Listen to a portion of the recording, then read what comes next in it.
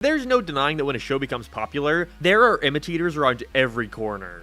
You know, people who see the success of a certain formula or style, and decide they want to do it for themselves in an attempt to make the consumer believe there's some relation between the big popular thing and theirs. We had all those Family Guy knockoffs, which I covered a few years back. That eventually turned into folks trying to copy Rick and Morty when it exploded with Widecleam. And in my opinion, next on the chopping block is Smiling Friends. We are gonna see so many cartoons in a similar vein coming out. Not that it's released and showed executives that surreal, experimental, but still well-written cartoons has a place on TV and streaming. See though, this strategy more often than not winds up failing miserably. Unsurprisingly, due to the fact that when you're only attempting to rehash something already done, not only will it just peel in comparison only being seen as an imitator, but also just won't have the same heart and soul. It'll come off corporate like it was made in a lab. I feel bad for a lot of the creators who had to pivot their original vision into something already successful. Like, I can't imagine the animated Star Trek show was always gonna look exactly like Rick and Morty, until some executive had saw the creator had worked on that thing and just told them to do it again. But then there are the cartoons that don't even seem like they had that behind it. Like it was designed by a million different people all trying to make something as marketable and focus tested as possible. And that's where the topic of today's video comes into play. South Park. Ripping off a show like Family Guy or Rick and Morty at the very least allows for some creativity. Like when you copy your friend's homework but try your hardest to make it seem just different enough so that it doesn't ride on plagiarism. But South Park has such a visually distinct look and feel to it, with the simple cutout designs and the fast 6-day turnarounds allowing the creators to comment on topical issues. There's no other show like South Park, and so it makes imitating it really freaking obvious. But there have been a few attempts to do so. Shockingly, on South Park's home turf, Comedy Central. Comedy Central boomed in viewership once South Park began airing in 1997. Before, they were only airing in around 9 million homes, but not long after South Park started, that jumped to 50 million. It's no exaggeration to claim that without South Park, Comedy Central wouldn't have gotten anywhere near as successful as it ended up being. So what if they like made South Park, but again? Comedy Central had their share of animated programming before South Park, like Dr. Katz. If you've never heard of that before, you might recognize it from its parody on South Park, and they've bought the rights to air certain programming like BoJack Horseman and Futurama, but when it came to their own original programming, there weren't many heavy hitters that could compete with the Golden Child. I mean, what is there? Drawn Together? Brickleberry? Oh, watch your back, South Park. Hell, even these shows knew that they couldn't compete. Drawn Together basically dedicating their whole movie to bitch about South Park being way more popular. Chad is a South Park! Now this place is funny. I bet if we lived here, more people would watch. And that's when I started to notice patterns of Comedy Central trying to recapture the success of South Park. Why try and have another show come out that stands on its own when you could just say, hey, you like South Park, right? Well, this kind of looks like South Park too, huh? You gonna watch it or what? And so today I want to take a look at some of Comedy Central's attempts at recapturing South Park's magic. They aren't super blatant like Block 13 or anything, or the Family Guy clones we looked at. Like, they don't all feature 4 boys living in a quiet mountain town or anything, but you could definitely tell in the way they look and feel, they're trying to take cues and appeal to the same audience. Although, interestingly, they go about it in extremely different ways. Some coming off much more like it's trying to be early South Park, and others trying to be like later South Park. So let's get into the first series and see how Comedy Central tried to copy the show that they already own. This show is dreadful. There's no way around it. I think it might be one of the worst programs I've ever talked about on this channel. I remember when this was coming out and saw everybody trashing it for like a month straight. And honestly, in this case, it was deserved. It's so weird to see all these stories of aspiring creators trying and failing and trying again to get their own show. Studios never interested in making something not based off another IP, and then Fairview just rolls on in. How did this possibly get picked up? There you go. Also, if any of you want to question me saying this is a South Park knockoff. All right, so Fairview is described as a small town with big issues. What can viewers expect? I mean, our lead-in is South Park. Wham, there you go. Hell, even the scene transition music sounds the exact same. All right, Fairview. It's so weird to me that Stephen Colbert got the chance to be involved in another cartoon, considering only a couple years ago he got to crash and burn with Our Cartoon President, a show all about how dumb the president is. biting satire. But given Fairview not being created by him, I wonder how much involvement he actually had, considering it is exactly what I would think of upon hearing Stephen Colbert cartoon. So, imagine South Park, but the main protagonist was everybody's favorite character, Mayor. That's Fairview. Doesn't it sound hilarious? But because I'm mayor, all attendees must either be vaxxed or bring a negative PCR COVID test from the last 24 hours. What the fuck? Oh, that's right. This came out in 2022. Escapism? Never heard of it. Yeah, so we're basically just looking at the daily shenanigans of the mayor in this small town, as they take on current social issues like cancel culture and cryptocurrency. And by God, is it annoying. You know when a show writes a character who's meant to be dumb and wrong, kinda gets to that point where you feel like the writer is just venting about a type of person instead of actually writing a character, the professional equivalent of just repeating what the other person says but in a mocking tone? That is every single character in Fairview, and it is so friggin' on the nose and annoying. Like, I'll give you the rundown of the first episode of Fairview so you can see how obvious it all is. The mayor doesn't let someone throw a COVID party. Because COVID. The other characters saying such subtle commentary as, why would you not let us do this thing that will possibly increase illness and death in our neighborhood? Usually I exaggerate for effect, but no, that is exactly how every joke is written. They all try to find a way to make their friend learn how to be a dumbass again. That's the word they use, so that she'll allow them to throw the party. And so eventually she learns to be a dumbass. Then they throw the party, the guy who wanted it gets sick, and the mayor realizes that being a dumbass is fine, but death isn't. Oh, but we can't forget about the hilarious B story, where this redneck mother won't let her son be friends with a non-binary kid because he got vaccinated, and so she tries to teach him how to be an asshole. Her words, not mine. Well, why do I even bother? That's not even to mention her voice. Jesus Christ, it's like fucking nails on a chalkboard. I haven't been in America very long, and in Ireland I tune that crap out, but for Americans out there, does it ever get tiring having to constantly hear about politics in this way, where we have to have these shows that feel like they're written by an AI? Like, I get it's funny to make fun of extreme political views, but why are there so many of these shows that's just dedicated to how dumb and stupid the other side of the political spectrum is? And this goes both ways. South Park is a series that likes to tackle a lot of real-world events and political issues, but at the very least, it isn't every episode. Unlike Fairview, there's some levity to it. But here they just treat the viewer like they're a moron. The pacing is so goddamn fast because there's like 50 million characters, all of equal non-importance. Even the credits are sped along because there's 100 different producers on this thing. I mean, no wonder it came out the way it did. There's no vision here. It's just a bunch of people wanting to make a political cartoon without any care for whether or not it's actually good. There's this part in the cancel culture episode where it's about the town anthem being under fire because the guy who made it abused women and all. And they play this song throughout the entire episode, but whoever is behind it had such little confidence that you would be able to actually understand their obvious as hell commentary that they'll literally just overlay the lyrics to the song on the screen in case you missed their biting social satire. The message is quite literally being spelled out to you.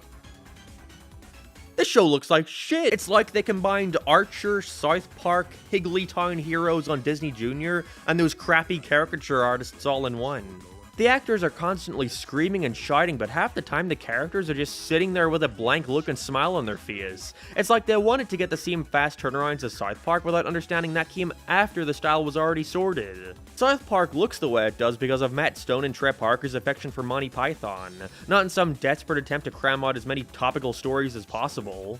Oh, what's that? Cancelled after only 8 episodes? No! How could the public not have grown attached to these likable characters, such as Mayor, Redneck, Jonah Hill? I don't think this is necessarily a bad idea for a cartoon, but this was not the right people behind it. Stephen Colbert's other show, Tuning Out the News, seemed much more in line with what's expected from him. I'm just sick of shows where rich famous people try to give commentary on what it's like being a part of the middle class. Because you'll wind up with one of the most tone-deaf, annoying cartoons I think I've ever seen. Like I said, Fairview was cancelled after only 8 episodes, and I highly doubt more are to come. This was a shameless attempt to cash in on the praise South Park receives for being able to keep up with commentary on current events. And I, for one, am glad that it failed spectacularly. Yeah, so that gimmick of taking the current president of the time and making a cartoon about them wasn't just something that started with Trump. Funnily enough, the creators of South Park themselves tried something similar once when they planned on making a live-action sitcom all about Al Gore living in the White House named Everybody Loves Gore. However, Al Gore of course ended up losing the presidential election, and so they made That's My Bush instead. Comedy Central, apparently not done with this concept, greenlit the animated series Little Bush, created by Simpsons writer Donna Carey, which showed the adventures of a young George Bush, in which his father George H.W. Bush is the president of the United States, leaving little George to get up to mischief with his friends, who are all based on the real-life George Bush's actual staff, such as Little Dick Cheney, Little Condoleezza Rice, and Little Donald Rumsfeld. Although Dick Cheney isn't as much of a character given his inability to form coherent sentences. He's being kidnapped. October surprise. He's right. 4 foul-mouthed kids with one who speaks what's basically gibberish. Interesting. This is a weird show. I wouldn't call it good by any means, but there are certain aspects of it I find kind of charming, honestly. I mean, even just the idea is sort of amusing. Like, have you seen the actual George Bush's speeches before? Suddenly his portrayal of Family Guy started making a lot of sense to me. The guy is just kind of funny. He tries to act so cool with all these quips and catchphrases, but he's just a little old man, so it comes off comical. I know the human being and fish can coexist peacefully. Now watch this drive. First of all, released in 2007, the Flash animation isn't exactly the best. Characters have all these super slow and stiff movements which are left to the absolute minimum, often cycling through the same stock poses and facial expressions. The look of it is mostly fine when I was watching the show at a lower quality, but when you see it with a higher resolution it looks really rough. There's just something about those old Flash brush strokes that makes this look like it belonged more on Newgrounds than television. It's just a weird show. There are so many elements at play here that just leave me wondering how it happened. Like George runs a band with his friends, and so every single episode has a musical number featured in it. Move aside, Phineas and Ferb, I think Little Bush has you matched. It's got that issue too where you can tell it's trying way too hard to be edgy, like when an episode starts with the boys making a bet for who can kiss the first girl, and ends with little Cheney getting stuck inside the womb of George Bush's mother and has to get out through an abortion. It's also reactionary, but it doesn't work because of how try-hard it comes across, even being a little tame by today's standards, honestly. Even critics thought it wasn't anything special, citing it as just being, well, a worse South Park. The only real merit I can give to this cartoon is that whoever is doing the impression of George Bush, you did a pretty good job. Congratulations. He's without a doubt the highlight. Nothing he's saying is particularly funny or anything, but the way he says it almost makes it work. I'd give you a hand, but this is my last one. I think it's a little inappropriate to joke about the war. That being said, I can get why this show only lasted around a year, getting 2 seasons but only consisting of about 24 episodes. Season 2 was a tad different to its first in that it was a full 22-minute story instead of being chopped up into 2 11-minute adventures. But do you really care about that? More Little Bush? No, of course you don't. So next, let's take a look at another one of Comedy Central's relatively recent attempts at making a hit new animated series. And I remember hating the look of this thing as a kid, despite not even watching a single episode. So I'm curious to see if it'll actually change my mind. I remember seeing trailers for this show all over Comedy Central back in 2016, letting you know this was the hot new thing coming out. And much like the rest of them, it was strategically airing right after South Park. Of course, that being in the hopes that regular South Park viewers would tune in out of interest, since they were already on the channel and, in theory, become a fan. The South Park premiering before then was the first episode of season 20, which received around 2 million viewers, with only around a quarter or so of them sticking around to check out Legends of Chamberlain Heights. I mean, I can see why, because this show is nothing like how South Park was at the time. Again, this was when season 20 was airing, when they were going all into politics and serialization. I can at least see the thought process and hoping that an audience would translate over to something like Fairview, but Legends of Chamberlain Heights seems much more like it's trying to replicate the structure and tone of early South Park, with a focus on crude humor and nonsensical adventures. It stars a group of 3 kids, Grover, Milk, and Jamal. They're all on the high school basketball team but are 99% of the time reserved as bench warmers, but it won't stop them from their goal of one day becoming basketball legends. It was despised when it came out, videos all over YouTube talking about how terrible it was, which may have just been a result of how in-your-face Comedy Central was when promoting it. Hell, they even picked it up for a second season before the first came out. So it had pretty big shoes to fill, and most agreed it didn't really live up to that. I have, though, been seeing folks in more recent times come out to say how they didn't think that show was actually that bad. And in my opinion, Yeah, it wasn't really the worst thing in the world like so many people cried about it being. Jamal is fat and likes food. Grover doesn't really have much of a personality, but I think he's meant to be like the straight man of the group. While Milk is a white kid who acts like he's black. That's the only joke they ever really tell with him. My hands ain't up. Why don't you shoot? What are you, crazy? This is America. You have rights. I don't really mind it when you've got these simple character archetypes, but nothing is really ever done with them beyond the same gags over and over. Most of the humor in this show coming from edgy jokes and the character's frequent use of the N-word. And, yeah, I don't think I'm exactly this show's target demographic. The basketball aspect never even really comes into play all that often, at least from the episodes I watched. It mainly seems like it's there to make it seem different from your average high school show. Going to parties, competitions with siblings. Usually I enjoy these more grounded slice of life series, but Legends mainly suffers from none of the characters being all that likable. Again, what I said about them before, that's all they ever do with them. Fat, boring, and white. It attempts to have a lot of gross art too, but none of it really works with this simplistic art style. I saw a lot of folks bitching about the way it looks when, honestly, I kinda like it. The super flat angles and sketchy outlines. Sure, this was clearly done to save on costs. It looks like it would have been a very cheap series to produce, which is probably why Comedy Central didn't hesitate to give it another season, but I don't know, I think it looks kinda decent. Like, just look at this old dog.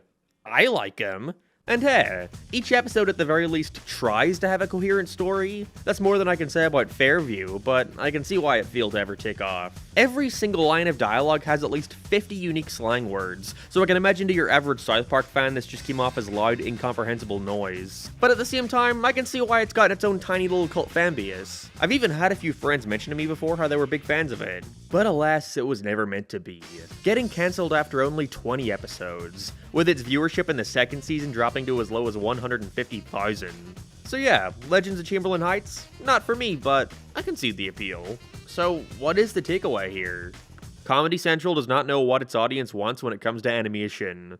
It seems like they just had that initial success with South Park and didn't really know what to do from there. Most of their best shows didn't even come from them, they just got the rights to air it like BoJack and Futurama.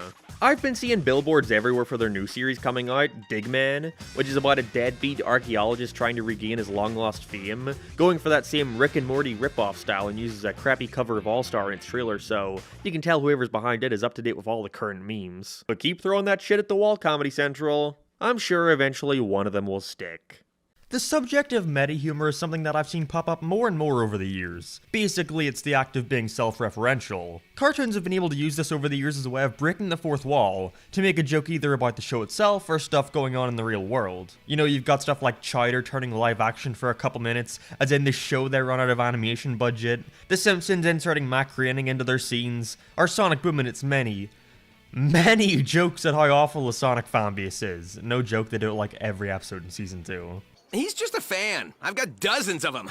Of course, he's the first one who doesn't criticize everything I do. I think meta humor can be really funny at times. It's a good excuse to be self-aware for a bit and acknowledge your audience, almost like they're speaking directly to you. But is there ever a point in which meta humor can go too far? The answer is yes, and Rick and Morty Season 5 is a prime example of it. Yep, I'm finally doing it. Long ago, I made an unspoken promise to myself that I'd never make a video about Rick and Morty, but I've caved in. Here we are, the long-awaited Rick and Morty video. LS Mark and Rick and Morty, 100 videos. LS Mark, Rick and... Okay, I'll stop. But what made me finally drop that rule and make a video about it? Well, let's start from the beginning, as it's something to do with the show's writing that I feel requires getting a general overview of what the show was, and what it was trying to be at the start of its run, compared to nowadays. Rick and Morty is an adult animated comedy airing on Adult Swim. It stars Rick Sanchez and Morty Smith, two not-so-subtle knockoffs of Doc and Marty from the Back to the Future series. Just going on wacky space adventures with Rick's portal gun, going to different alien planets to do whatever Rick wants that episode. Now, I didn't start watching the show until around the midpoint of Season 2, and I loved it immediately. Its style of humor really resonated with me. And apparently a lot of other people too, as the series had slowly been building what would become one of the biggest fan bases for any TV series airing at the time. However, a sad causation of the show becoming so big is that starting with Season 3 you could kind of feel the show's cultural significance starting to seep into it a bit, with it reveling in how cool and epic it was, then proceeding to talk about Reddit and Minecraft and all this rad shit that's hip with the kids. Felt like the show was developing a bit of an ego. Really though, what convinced me to finally tackle this show was the Season 5 finale. It was the big return to the lore they had been setting up all the way back in Season 1. Season 5 up until the finale, it felt like the show was finally getting back to basics. Not every episode was a hit. Looking at you, Sperm Baby and Voltron 1.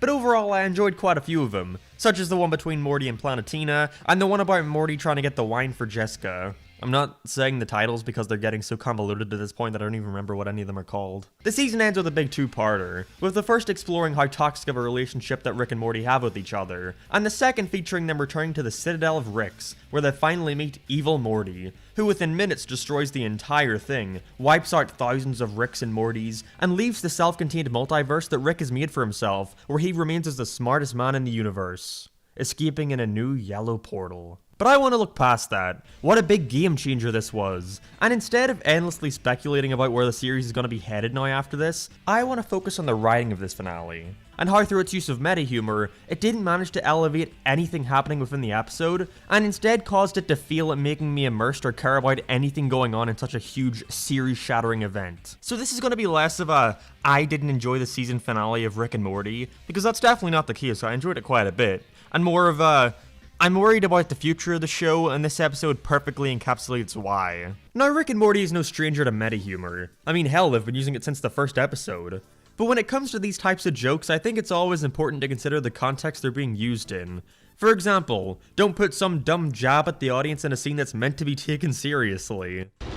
Whoa, dead wife? Yes, now everyone can shut up about I think the reason it's begun to bother me so much in the most recent season is because of how different the show currently feels compared to seasons 1 or 2. See, starting with season 3, it really felt like they were trying to shake things up and be overly ambitious with the story they were telling. The first episode made it seem like it was going to be the best season yet, and still one of my favorites of the series. Getting to see Rick completely dismantle the Citadel purely by using his intellect was fucking rad. It felt like a big finale. But when you're at a point where you feel like you've pushed things to its limit, where do you go from here?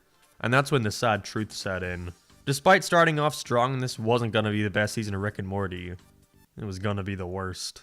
They just tried too hard to deconstruct themselves. Beth and Jerry get a divorce so Dan Harmon could put his fictional characters through the same situation he was going through at the time. They had episodes like Pickle Rick, which foolishly featured characters in-universe breaking down what exactly Rick's character is in an attempt to come off as deep, bro. And in what I think was the biggest mistake of the show, they made Morty jaded. Rick and Morty had a perfect dynamic. You have one guy be cocky, pretentious, and had the power to back it up, but also got way in over his head at times. And you pair him up with a clueless kid who's just along for the ride, but also has a big heart and wants to go against his grandfather at times due to his empathy for others. But with season 3, Morty became way more desensitized to the world around him, and with that I feel it ruined the perfect dynamic. And it sucks because I think this is actually a really good progression for the character to have. Of course he'd grow more numb to the mindless murder and horrible acts he witnesses on a daily basis, but it shouldn't have happened in season 3. We've spent more time with this new version of Morty than the innocent, empathetic one. So now we've just got two very depressing characters. They don't complement each other nearly as well. But beyond that, I find it impossible to feel connected to any of them, because nobody feels like a real character. They all come off like general archetypes that can be morphed into whatever the writer wants at any given time. Their personalities flip-flop so much that it becomes hard to care about these people anymore. I think a big part of that comes back to the topic of meta-humor, and how it's affected how Rick and Morty tells its serious stories. You're right. It shows a lack of faith in their core concept. Yeah, exactly. Wait, what? Serious stories? Rick and Morty is a dumb cartoon, bro. You actually expect it to be serious? How can you possibly be annoyed that Rick and Morty doesn't take itself seriously? Yeah, how could I possibly think that? This isn't even a straw man argument. I literally got people telling me the exact thing. I had people genuinely telling me the whole, to be fair, you have to have a high enough IQ to understand Rick and Morty shtick. The show has not been very subtle over the years about how much it dislikes serialized stories, with Rick claiming to be a character who doesn't like repeating shit, and prefers things to remain episodic. And he does not like serialized drama. Right, no drama. Keep it episodic. But something unfortunate happened the one time they actually tried to tell a serious, serialized story. People loved it. People got super invested in the evil Morty subplot that they'd set up in season 1. Who is he? What's his plan? And way more importantly, when was he gonna return? Well, it took them all the way until Season 3, Episode 7 to show him again, in what was probably the best episode of what turned out to be an extremely lackluster season. And after that appearance, it's taken us all the way until the Season 5 finale to see him again, meaning it's taken 5 fucking seasons for Rick and Morty to even interact with this character for a second time. Why is that? Well, like they said, they're not into serialization. And you can really feel that hatred, because throughout the entire episode we are constantly reminded of this with tongue-in-cheek jokes towards the audience, about how much they don't like doing lore shit, and how they like to keep it episodic. And by the point where we finally got to see the entirety of Rick's backstory, only for it to be followed up with Rick saying, "Yes, now everyone can shut up about it." I just couldn't stop thinking, why did you even bother? When the episode starts and it's revealed that we're going to go to the Citadel, you think it's going to be a fun, action-packed adventure. Rick even makes a fourth wall break, acting excited about what's to come. Hot damn, hitting the ground running with a Citadel episode. But he completely ruins the rest of the episode by having this dumbass attitude to everything around him. I actually thought that part 1 of this finale was pretty solid. It told a somewhat genuine story of Rick and Morty realizing they had a toxic relationship, and parting ways at the end. It's effective because the characters themselves are taking things seriously. So it's just like we went through an episode that had no meta humor, but now that they're talking about lore, they have a joke about it every fucking second. It's like they're dragging their feet in the mud and don't want to do it, but know that fans will be pissed if we go another season without getting some sort of payoff on Evil Morty. But we don't even get the satisfaction of having the reveal in-universe to our characters, because before they even meet him, Rick says, "Fine, I could eat, but the second he reveals he's evil, we're gone." Like, can you not even give us a simple fucking reveal? Like, we, the audience, knows he's evil, but our main characters aren't aware. But because Rick already basically feels like an extension of the writer at this point, of course he'd know the president is evil. Why not? Even beyond Rick's attitude, the writing overall just feels lazier in the way they handle his dumb self-aware shit. Rick just flat out saying, "Well, I forgot I literally have a screwdriver in my hand. I mean, Dadoy, I'm basically Inspector Gadget." will never ever be as funny as him randomly saying, "Morty, hop on my back!" "Why?" "Go, Sanchez ski shoes!" One of them is a joke made out of a reference, and the other is just a reference. I don't like using this phrase because I know there's a lot of hard work put into making this show, but it feels like they just don't care anymore. When we saw Rick's backstory in Season 3, it was a big surprise. But then we find out that Rick faked it and it's sort of funny, you know? It's a play on the big emotional, heartbreaking backstory, and they make fun of that. But in Season 5, we find out that that very same fake backstory was actually real? It's like they couldn't be bothered coming up with a new one because of their discontent towards lore and thought, whatever, we'll just say that other one actually happened. But when we find out that, there's no actual impact to it. I don't feel anything, because Rick himself is too self-aware to feel anything either. If you don't want to do lore stuff, then I'd rather you just not do it instead of half-assing it. By the end of the episode, there's this big climax where the Citadel is being destroyed and Rick and Morty are trying to escape in time, with the two reconciling and working together to get away on a ship. But I can't buy this moment at all, or manage to care about this character growth, because these no longer feel like real or genuine people to me. You know what it feels like? It's like watching a movie with someone where they've already seen it and don't really care about it being your first time watching, so they have no remorse about pointing out how dumb things are, or talking about stuff before it's actually happened. You no longer feel any kind of impact towards anything. It just makes you really, really want to punch that person in the face. And don't give me that shit of, "It's Rick and Morty, bro. Do you really expect it to take itself seriously? This is the show where the main character turns into a pickle. I just don't think you understand it." Again, not a straw man. People genuinely told me this. But it's like, yeah, no, you're right though. Rick and Morty never managed to take itself seriously. I love the episode where Rick literally tries to kill himself, then afterwards looks at the camera and says, "Yep, I just did that." Or the first Evil Morty episode that ends on a big cliffhanger, with Evil Morty walking off into the distance, but then Rick walks into frame and remarks, "Oh boy, can't wait to see him again in 2 seasons. Time to go onto reddit.com and see people speculate about this new character."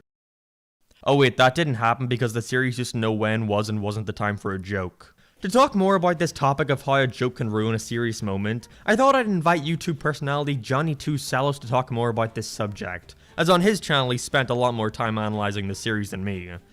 Take it away, Johnny. Thanks, Mark. So this is actually something I've been thinking about for a while. My friend Toonrific Tariq and I discussed it a lot when we covered Rick and Morty on our podcast, Cartoons That Curse, and we determined that what is most frustrating about the show choosing to undercut serious or emotional moments with humor is just how effective the show can be when it doesn't do that.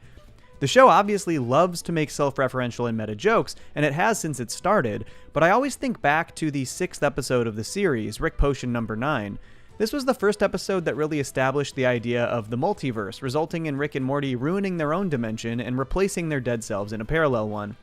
To the audience and to Morty as a character, this was a world-shattering reveal, and rightfully, they played this reveal off as a major serious moment. The haunting music and Morty's hollow expression linger even after the episode ends, and this will always stick with me as one of the most effective moments the show has to offer. I love when Rick and Morty leans hard into the fun and absurd humor, but they've so often managed to balance that with these emotionally affecting sequences.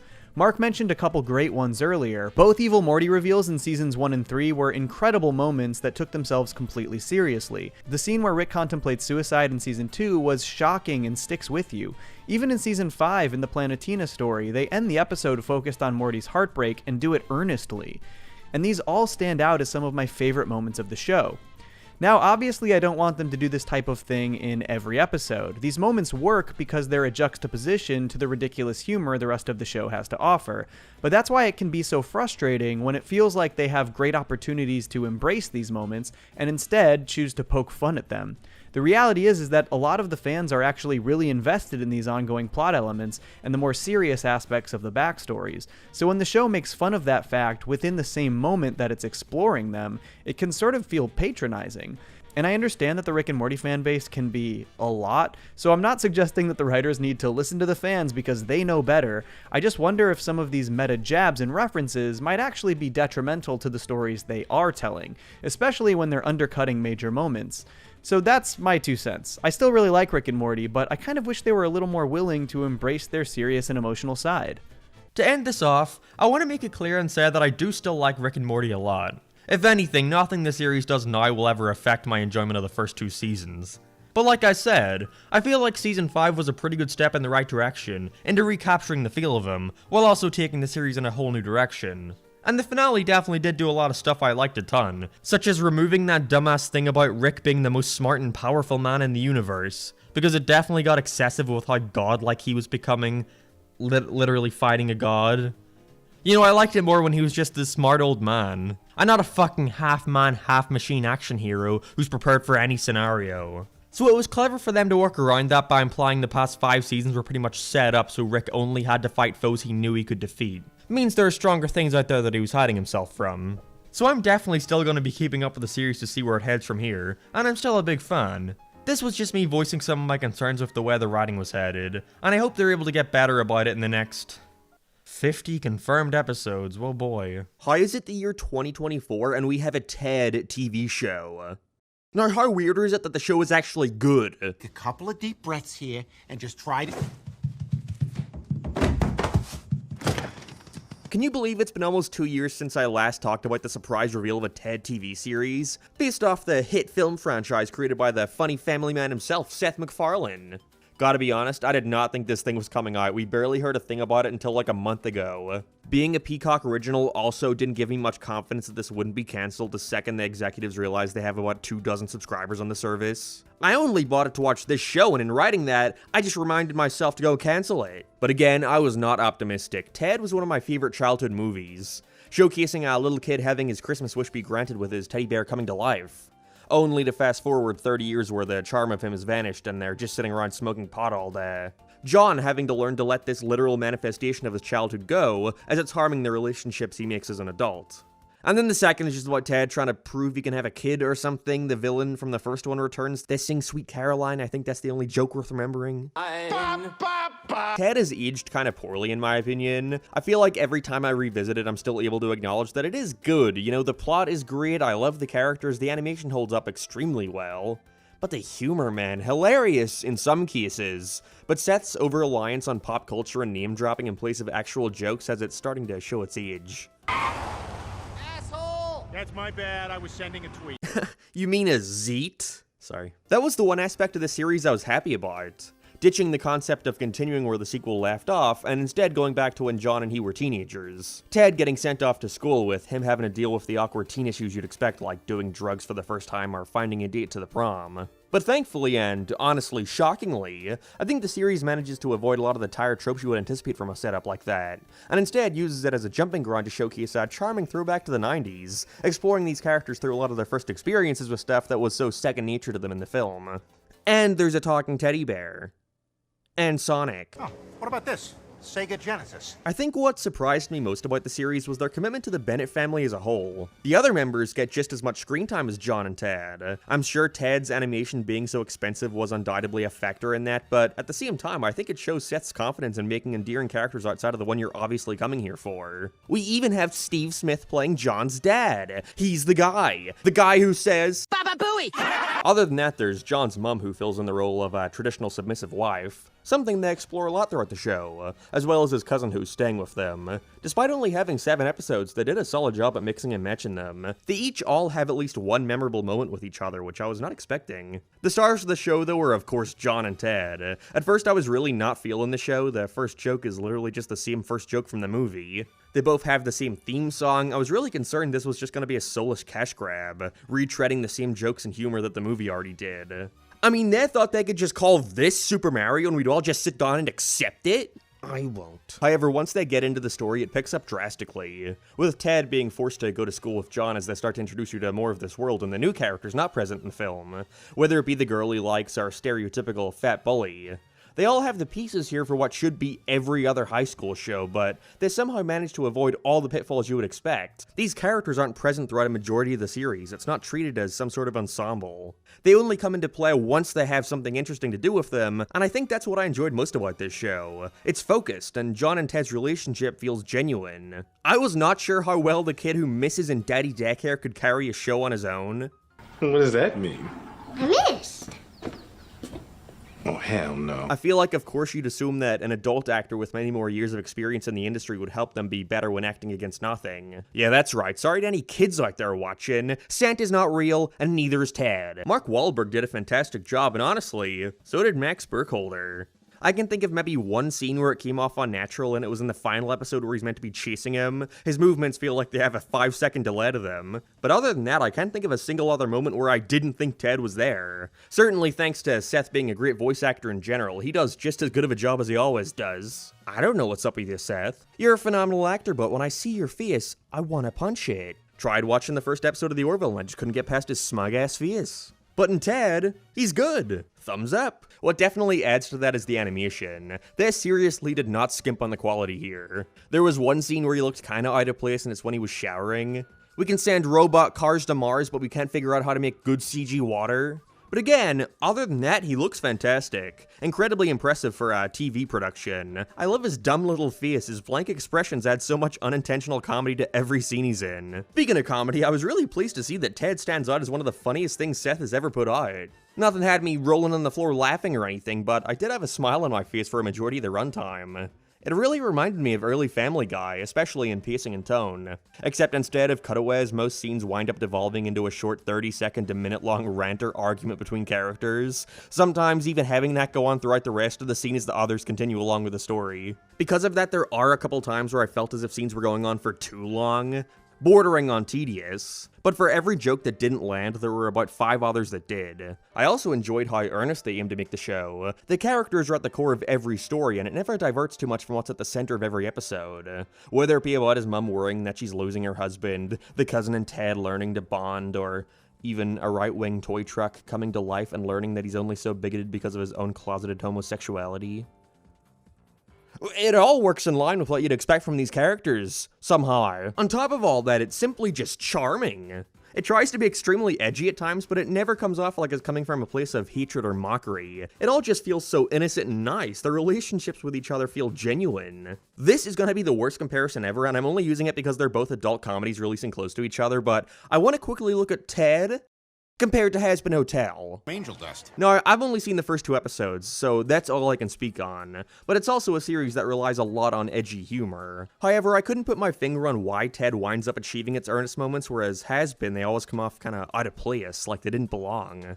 And I think it has to do with balance and intent. Why does Ted doing a joke that doesn't rely on swearing or being edgy still manage to be funny? Yeah, we will. Hey, that looks fun. Yeah, can we play? No. Ah. whereas has been doing a joke that doesn't rely on those same things appears out of place. I can't show you the example I wanted to because the show isn't officially out yet and I don't want to show it, so like, okay, it's Charlie and she's entering a room nervously and a guy turns the light on which scares her, in which she trips over and they play a silly whimsical music like it's a fucking baby cartoon, which doesn't fit her loudly proclaiming shit as she falls. Anyways, balance and intent. In Ted, its edginess is never the point of the scene, and I think that's the difference. And when it is, it's relevant to the story. Again, I look to the right-wing toy truck. It's never usually taking up screen time, and when it does, the joke is rarely just saying a curse word or saying something sexual. They usually build upon itself in a way that can only be done because it's those two characters talking. Each of them feel as if they have something unique to add, their own spin and escalation on the joke. Not only is this funny, but it also naturally conveys to you how these characters are. You're not going to have John's mum cursing or making edgy jokes or anything, but the way she reacts to the others doing so is how she gets to build upon this in a way only she can. Whereas in Has Been, everyone feels interchangeable. Other than Angel Dust, I suppose, none of the jokes feel as if there's something only that character can say, which is usually just fuck. Or shit.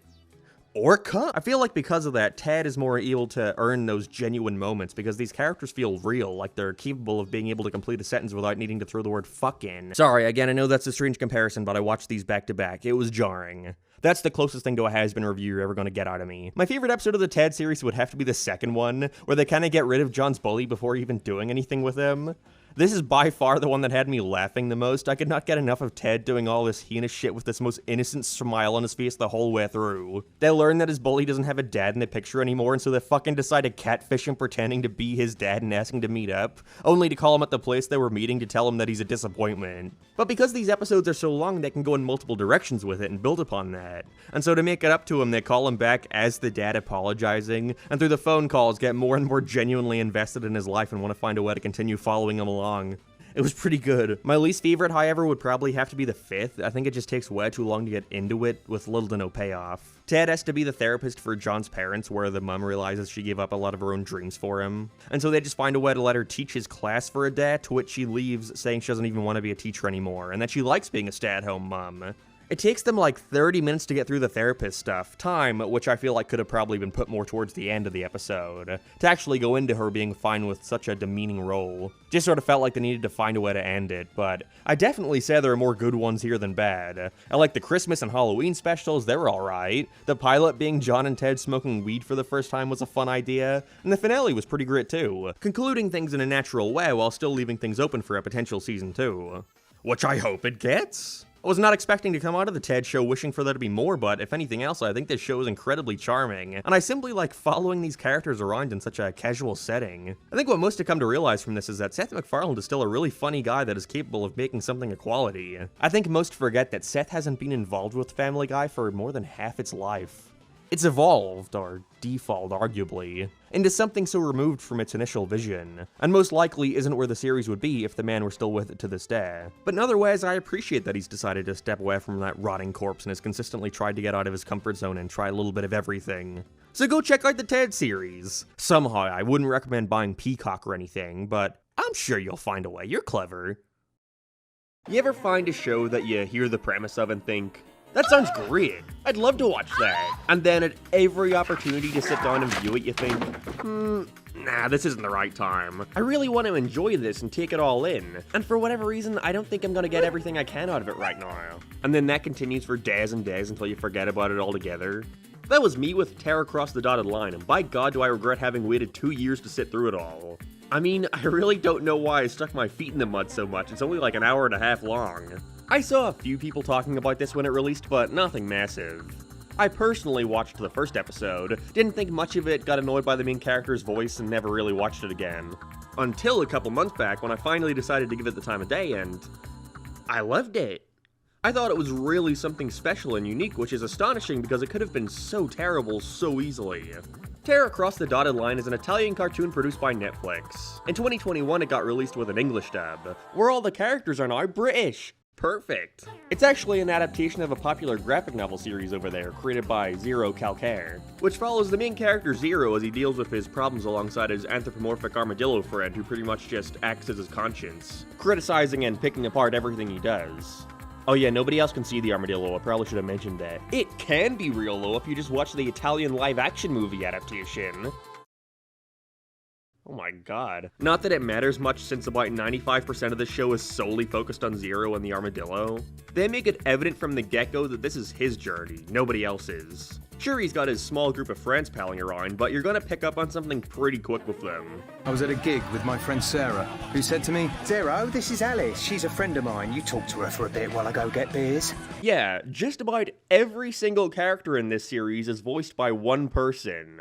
One person who likes to talk very quickly. Anyway, I wasn't thinking about any of that this morning. This morning I had other shit to deal with. It was my main reason for quitting so early when it came out. It's one of those things where if you look away from it for like a second, you're suddenly like, wait, why is his mom a chicken? Just came off random for random's sake. But the more I watched it, the more I started to understand what it was going for, because it's not a conventional show by any means. And because of that, and finally going through all 6 episodes, I think it remains as a series that, even after a few years, manages to stand out among any other animated show on Netflix. And so today I wanted to go over the show in its entirety. Also its sequel series, which recently came out, but I don't have as positive an opinion on, but maybe it'll convince some of you to check it out. Because I really do think that Tear Across the Dotted Line is one of the best shows that nobody watched. Because we thought that's the way life worked.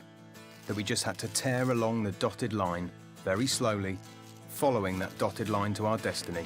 Like I said, the series follows Zero going on a journey with his friends. We know nothing about what this journey is or where they're going, and quite frankly, it doesn't seem like the series cares much either. As for the first 4 or 5 episodes, we're left completely in the dark about what's going on. It's something you hardly realize, however, as a good chunk of every episode is dedicated to Zero recounting certain moments in his life, which can go from something as existential as him realizing as a kid that he's not the center of the universe and that nobody other than his family really care about him, to something as seemingly simple and uneventful as him trying to use social media while at the same time not letting his friend Alice see him active as he's ignoring her. They establish a lot about his friendship with Alice and how much it meant to him, but also how complicated it was with the two never really acknowledging their feelings for each other. They pretty quickly give you an idea of what themes they're going to be exploring throughout the whole thing, with Zero using the dotted line metaphor for his life. That he tried to follow it along as straight as he could, thinking he would have the time to divert off his destined path when he's older, but now he's in his late 30s and wondering how things have gotten to this point. It's also worth noting that in this story, Zero is very overtly a stand-in for the creator. They don't even attempt to hide it, with them talking about his eventual career as a cartoonist. I really like that they barely focus on that aspect, however, and instead choose to mostly tell the story through flashbacks, when he didn't have things figured out. Given his general attitude and, well, his design, you'd be right in guessing that this is a very cynical character. He's got some snide comment to make about everything and doesn't mind his friends correcting him on his cynicism, as it means he can now complain about them being right all the time. At first, this came off super annoying. Like, why would you want to sit and watch something where the main character just complains all the time? Wait, why'd you get to me? But I like it here because it's all counterbalanced with this sense of insecurity he has. You can feel as he's writing, his mind is trying to look ahead and see what people will think of him. And so he quickly acknowledges that and then moves on. You really get this feeling that any thought that came to mind was put in the script. So I spent the evening scrolling through the titles thinking, it's not possible that all these films are shit. You can't say all these films are shit. Second, do you really think the stuff that you make is any better? Don't be arrogant. I'm not usually into this kind of meta-humor in TV shows. I tend to find it pretty cheap and an easy way to write dialogue. But the entire thing is built around it in a way that results in it having such a unique voice to it. If anything, it reminds me of a high-budget storytime video. We cut to the main character standing against a backdrop talking to the audience, then narrate stories in their life and do impressions of the people in those stories. Although there's a little more color than storytime videos, that's appreciated. And while at first you think all these stories are completely disparate, as the series goes on you realize how everything he's been describing, no matter how pedantic, all serves a purpose and contributes to the greater theme. That being that Zero feels he has no control over his life. That he's terrified of decision-making over what it could mean for his future. That it will divert him from the path he's on and how that scares him to his core. Every little thing, even something as simple as him deciding what to order at a pizza place when there's only 2 options, leads him down that same existential crisis, which is not only funny, but it's relatable. I look him in the eyes, and all I can see is the pain of an evening where 400 people before me couldn't decide what to eat. Maybe not the exact scenarios described, but we've all felt that feeling before, right? That feeling of comfortability versus fear of the unknown. The idea that when we follow along with what we always do, you're left feeling kinda empty, wondering what might have happened if we took that extra leap. But then what if you took that leap and ended up regretting your decision? It's like that saying, It's better to succeed no, that's not it. It's better to have loved and lost, but... Okay, never mind. That's similar, though. You know what I'm talking about? Fuck it. Okay. It's better to have tried and failed than to live life wondering what could have happened if I had tried. Mr. Beast. I'm sure we can all relate to that feeling. I know I can. So there was a third scenario that I hadn't considered. The one where I had the same old pizza, there was no dramatic turn of events, and the world kept on turning in the same frustratingly placid way as it always has. Here's an example of the way they build upon these seemingly inconsequential stories. In episode 3, we learned about Zero's past and being a tutor and how much he hated it. How he feels he was wasting his time with kids who didn't actually care about what he was teaching them. Also, one turned out to be a Nazi that kind of dampened it. But later on in like episode 5, he runs into one of the girls he used to tutor and is stunned to see her grown up, to see her like an actual human. And even worse than that, she's succeeding more than him. It breaks his whole view of how the world should work in his mind. He can't even comprehend how much of a failure that means he is before realizing it's all his fault. That this is a direct result of his inability to make decisions and how that's what's holding him back. Long time, I thought that if I stopped tearing along the dotted line, I couldn't do any further damage. Except that's not how it works, because if you keep the same bit of paper in your hand for 10 years, even if you don't tear it, it'll get ruined. They come back to this dotted line metaphor a lot, and I understand why. I don't know if this has existed before, or if the author came up with it on his own, but it really is such a versatile and simple way for him to sum up one's life. And all the different ways you can try to take the easy route, but how much that also continues to mess things up. When you can just take the leap and start tearing. But even that has struggles. But I wasn't looking while I was tearing, because I was scared that if I looked up, I'd see that I was actually miles off the line. That's the thing. Despite the way the main character looks and talks and the way I've been describing him, this is not a depressing show at all. If anything, it ends up having a really positive outlook on things at times. Like that part I mentioned earlier where he realizes his teachers at school don't care as much about him as he thought. It would be easy to take that with the slacker approach, like sweet, no expectations. But they instead highlight how it's rather comforting. That you're allowed to fuck up through life and nobody will really notice or care because they're so caught up in their own. Don't you realise how great this is? That you don't need to carry the weight of the world on your shoulders. That you're just a single blade of grass in a field. Don't you feel lighter? Because of everything being presented from Zero's point of view, it results in a lot of the other characters falling to the wayside. His friends, Sarah and Seko, are more so used as examples of the different directions one's life could go, with Sarah being stuck in a dead-end, demeaning job while putting on a smile in the hope of her achieving her dreams in the future, whereas Seko sees it as just a means to an end, living off online poker just to continue living carefree. And I wasn't that into the armadillo at first, but I honestly think it's more of an issue with watching episode 1 with no real context of what's going on. It's very much one of those series where they throw you right into it with no room to breathe, so the armadillo is just here, along with this other animal guy who never appears again beyond this one line. And while I'm sure to an Italian familiar with his graphic novels this would be fine, watching as an English person unfamiliar with who or what it was just didn't give me the best first impression. I've heard a lot of others share that same sentiment too, which is too bad. If you had that happen when watching the first episode, I would definitely recommend seeing it through to the end. Again, hour and a half, it's basically a movie. One thing that certainly drew my eye was the visuals. Not the animation itself, really, it's got that kind of tweened look to it, which I know isn't for everyone. But I personally don't really mind here because it caters to the art style so well. I love the harsh black lines that when you get real up close to them are all imperfect and wobbly. Reminds me of a Flash cartoon. And the constant harsh shading was a little distracting at first, but I began to appreciate how much it helps the art style. It does so much in making shots not look flat. One thing I want to praise for sure is the storyboarding and composition. It is spectacular. There's so much variety in these shots. It makes his long-winded rants so much more entertaining when paired with the animation. Like if he's talking about the pressures of what he should say to the girl he likes, we see him walking on a tightrope, and then it zooms out and shows that it's actually just a little bar that comes up when you're texting someone. It's simple and may not sound like a lot, but when you're watching it, it does so much in keeping you engaged.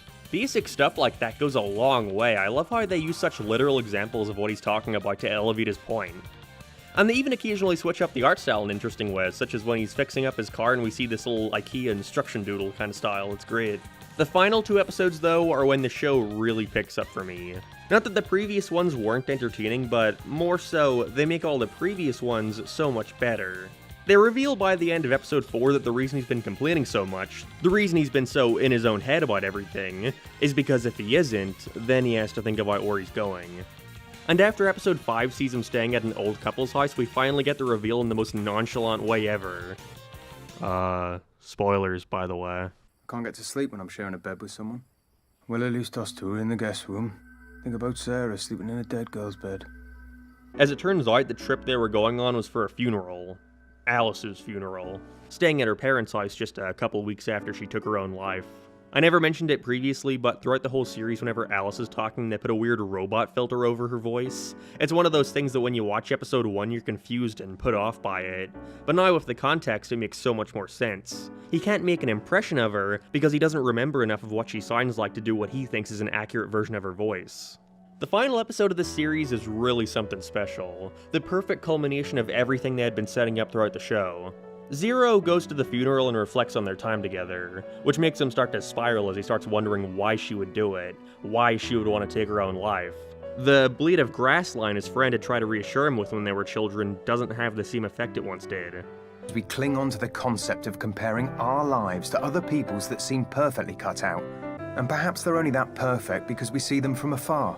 The thing that shocked me so much about this show is that it would have been so easy to follow that cynical theme to the end. To have the character just be that way and use it for comedy, kind of similar to Dan Versus or something akin to that. Interesting factoid, this whole video was like about this show and Dan Versus, but then I just got too into talking about this show. But they actually go further with it and expand upon all the different ways you can try to combat this feeling, but that none of the ways will actually help. It all comes back to that idea of comfortability versus fear of the unknown. He was comfortable being nothing more than Alice's friend. He was interested in taking things further, but was ultimately too afraid of what the consequences might be. He was afraid it wasn't the path he was meant to follow. And because of that, he starts internalizing every decision he's ever made. Not making a move on her, not reciprocating her advances, even stuff that doesn't matter like him choosing to ignore a call that one time. He takes all of that on as his burden of responsibility, that he could have saved her. But then they don't dwell on it. You're doing exactly what you did as a kid, acting like you have the power of life and death over those around you. Did I tell you the truth? And you're on a guilt trip because you're an egomaniac and you need to feel like the lead in a film that isn't about you. They explain how things were so much more complicated than he can ever understand. That maybe they'll never know why she did it, but that isn't his fault. Just because his life isn't what he thought it would be doesn't mean that what he has isn't enough. That he should appreciate it for what it is instead of comparing himself to everyone else. That as long as he has hope, then that's enough. A little sappy, some might call it pretentious, but you know what? I don't really care. Because no matter what you think of this series, you can't deny that it was someone's complete, unfiltered vision. It's a piece of art, which is more than I could say about, I don't know, Big Mouth or Paradise PD or whatever else shit Netflix pumps out for quick revenue. To me, it stands as an excellent miniseries. And something that truly highlights the advantages of streaming over television, because something like this would not have been possible then. Makes me wish companies were more willing to take chances with these similar, shorter, more earnest personal stories. But even if Netflix makes nothing else like this, I'm glad something like Turn Across the Dotted Line was able to be made, because it's without a doubt one of my favorite miniseries ever.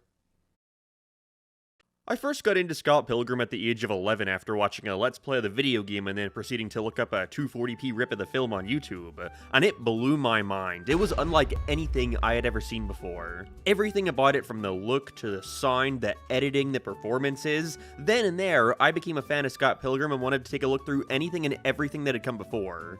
This is when I read through the original graphic novel series, up until the last one at least. I kinda got distracted, and really grew to appreciate them as well, despite taking me a while to get used to all the changes from the movie, which I'd seen like 20 times at that point. A good result of Scott Pilgrim being turned into a major motion picture is that with all of Universal's attempts to ensure the movie would be a financial success, I said attempts, it meant they pumped out way more content surrounding the series to generate hype and get people interested. One of these was, again, the long-presumed dead and recently revived Scott Pilgrim Xbox Live game, but also a short animation briefly summarizing Scott's previous relationship with another character in the film, with the movie's actors reprising their roles and adapting an art style extremely similar to the graphic novels. And after seeing this, it left me wondering, why is Scott Pilgrim a live-action film anyways? Created by Brian Lee O'Malley and releasing its first volume in 2004, Scott Pilgrim sees the 23-year-old drummer from Toronto, Canada, having to defeat the 7 evil exes of his dream girl Ramona Flowers, in order to be rewarded with her hand in a relationship. Just from hearing this outlandish yet obviously metaphorical setup and looking at the fun, unique art style, you'd be hard-pressed to find anyone who wouldn't have taken something animated over this still very good live-action outing. Now, Scott Pilgrim has had a major influence over me. I did a terrible animated short film in my art class based off the series, and some of you have been quick to point out the similarities between my YouTube avatar and the protagonist. And you'd be right to do so, as my avatar originally started as a 16-year-old me attempting to draw Scott Pilgrim from memory on my new art tablet, realizing it looked nothing like Scott Pilgrim, and so slowly fleshed it out into its own thing. I was craving more Scott Pilgrim, but wasn't sure if it would return in any other way due to the movie being a box office bomb. It was like getting on a train that had already reached its destination, becoming a fan of a series that didn't look like it was getting any more content. But if there's something I guess I could go back and tell my child self who was desperately awaiting the announcement of a project like this, I'd probably say, just be patient. Everything gets rebooted eventually. I had a dream about that girl again. Toronto, Canada. Not too long ago. 2023 marked the return of Scott Pilgrim after a whole 13 years, with the announcement of an 8-episode Netflix series, Scott Pilgrim Takes Off, which on the surface level appeared to be a retelling of the events that transpired in the books. Scott Pilgrim, 7 Evil Exes, Girl of His Dreams, you get the drill. The art looked immaculate, and every actor from the film returned to reprise their role. My biggest issue with the movie was that condensing 6 books into 2 hours resulted in a lot of stuff remaining on the cutting room floor and the end product feeling rushed towards the conclusion. Now they have the chance to truly expand upon what was missing and create the ultimate Scott Pilgrim experience. This is everything my teenage self could have wanted. So then, why do I feel so conflicted towards it? I liked Scott Pilgrim Takes Off a lot. It was nowhere near what I and many others were expecting, and I think that more than anything has resulted in the vastly different opinions on it we've been seeing. Overall, I find myself really having to think about the decisions it's gone with, consider why Brian Lee O'Malley went in the direction he did, the purpose of him drifting so far astray in comparison to every other Scott Pilgrim adaptation, to discover if that was even a decision I personally think was made for the better. And I'd like to make it clear that this is nothing more than my subjective views towards the series, and I haven't read the books in a long time, so I'm gonna try not to speak on those too directly due to that gap in my Scott Pilgrim knowledge. But what I do aim to do here is take a look at Takes Off, why it's upset so many people, and why after thinking about it for a long time, I've actually come around to appreciate a lot of the ways in which it shows us a Scott Pilgrim we've never seen before, even if we spend most of the series away from him. Because otherwise, if I don't, then I just come out of the experience feeling like something was missing. If you were unaware and had only seen the discourse in passing, the main source of contention towards Scott Pilgrim Takes Off is the decision to quickly subvert your expectations of what you would envision a series based off the book or movie to be by instead showing you an alternate take on the story we've seen told again and again. Here we have a world in which Scott Pilgrim is dead. Losing his fight against Ramona's first evil ex-boyfriend, we follow her as she learns more about his past through talking to the people in his life, and questioning if the remorse to his passing then meets the eye. Already, you can kinda see a raised eyebrow or two. Wait a second, this is a Scott Pilgrim adaptation without Scott Pilgrim? And to that I'd say, yeah, but no, but yeah. After Scott dies at the end of episode 1, we don't see him return until all the way in episode 7. It soon after becomes clear that this isn't the same story being told in the same way. If you were looking for a more faithful adaptation of the books that the movie didn't offer you, then I'm sorry to say this isn't going to satisfy you either. If anything, it'll probably make some people resent the series, as they were so close to giving you what you wanted. But at the same time, I also think that was the point. Like, you can blame this on advertising, not making it more apparent that this is something new, but I can also see the mindset in teasing the audience with something so familiar. So much of episode 1 is in direct reference to the movie, which makes it all the more impactful when they finally pull the rug from under you, and reveals that you're in for a different ride, seeing these characters in a light never before seen. I feel like in a world where most show and movie trailers feel desperate to grab your attention and therefore spoil the whole thing, it's nice to watch a show that genuinely did surprise me. But at the same time, a surprise isn't enough. You also need to convince the viewer that your diversion is going to be in service of something greater, so that you don't make them wish they could have just had Scott Pilgrim again. I guess where I went wrong in my approach to this show was looking at it as a retelling when, really it's more of a reimagining. It's like a New Game Plus. It's the same, but different.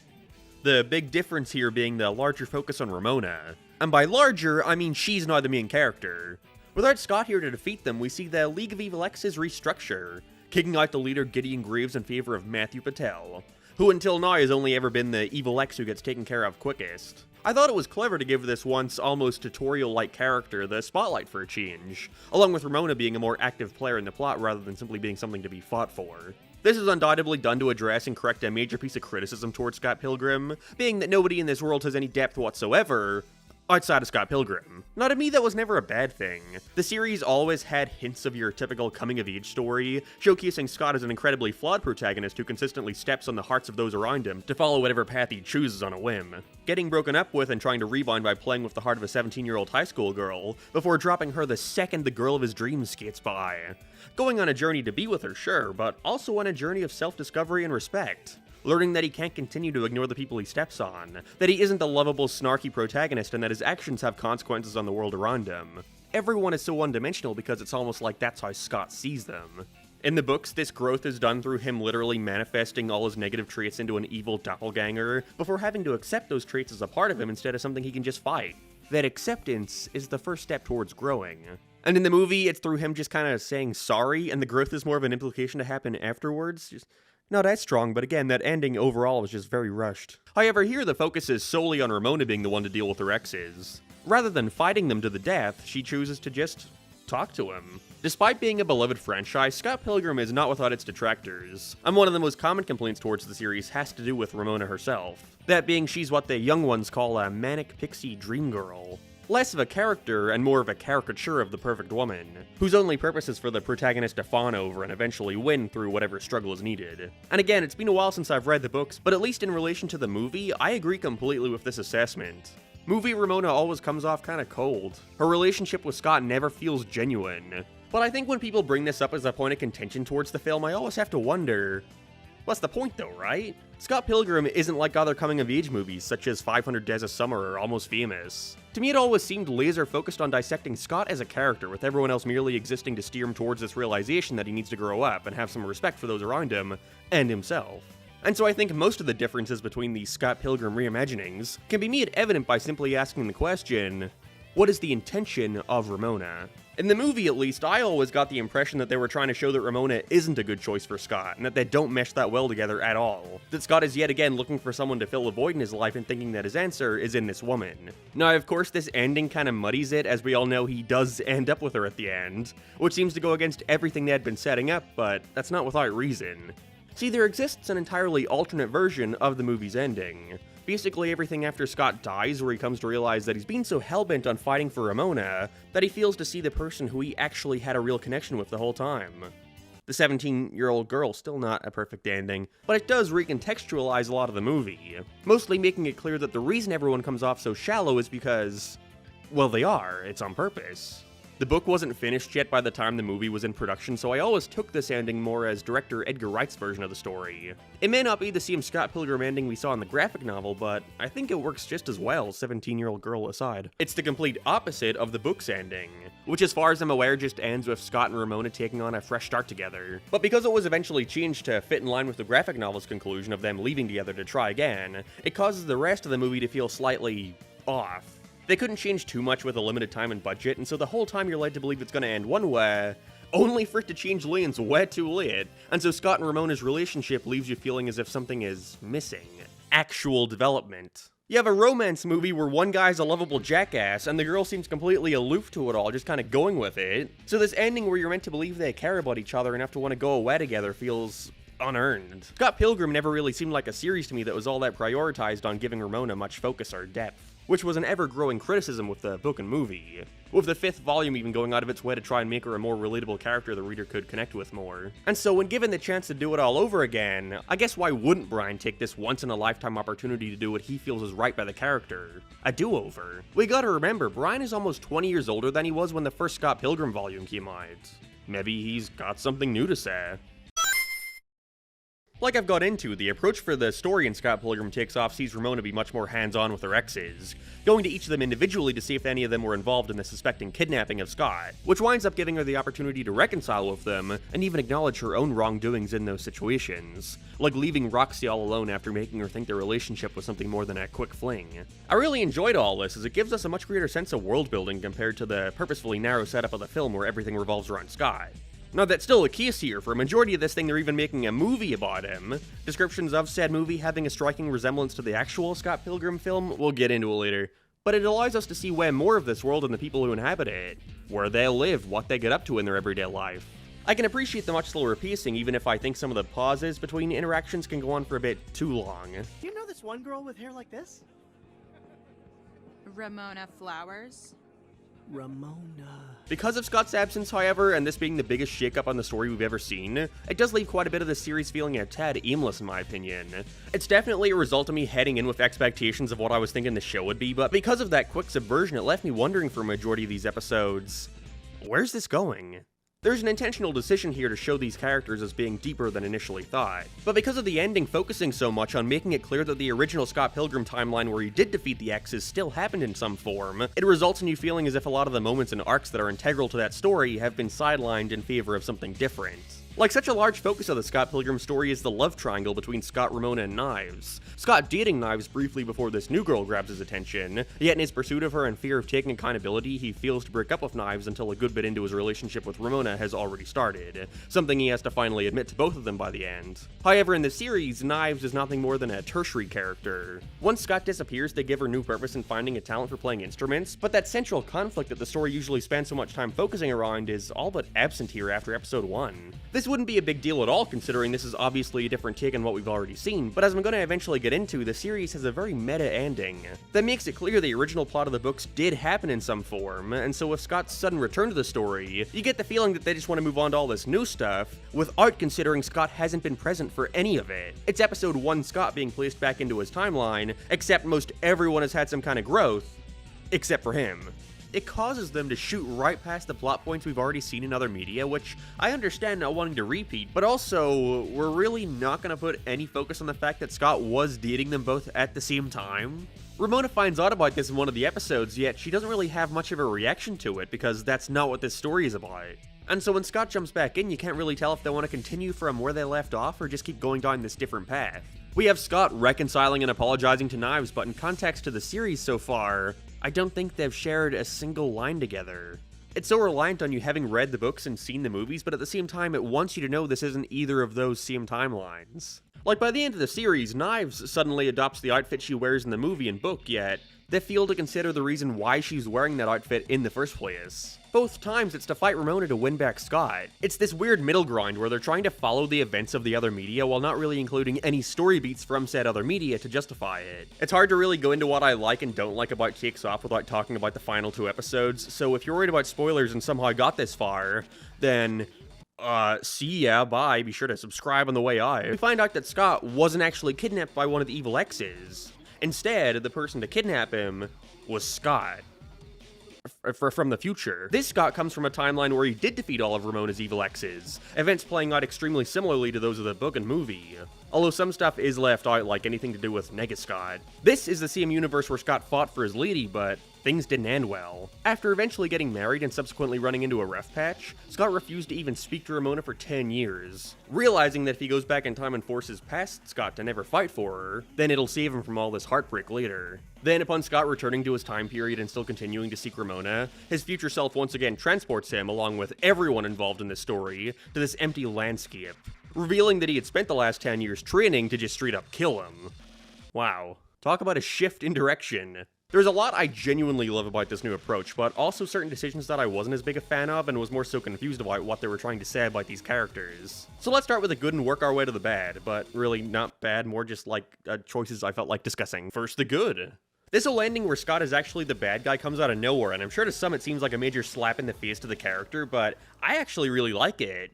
Scott Pilgrim has become one of the major you're missing the point by idolizing them characters, and so I can see the mindset in wanting to showcase the world outside of his perspective, and make it obvious that Scott literally just beating Ramona's exes to death isn't enough to make the relationship work. That just because he won her doesn't suddenly mean he gains the emotional maturity to handle something long time, especially if this version of the character never had his own Nega Scott moment where he accepts those negative traits as being part of him so he can start to improve upon them. And so to show that Scott has the possibility of becoming Ramona's most evil ex-boyfriend of all is a fun idea to explore. Michael Cera is just so darn likable in the movie. So much so that a lot of people don't even realize that you're not supposed to think he's the good guy.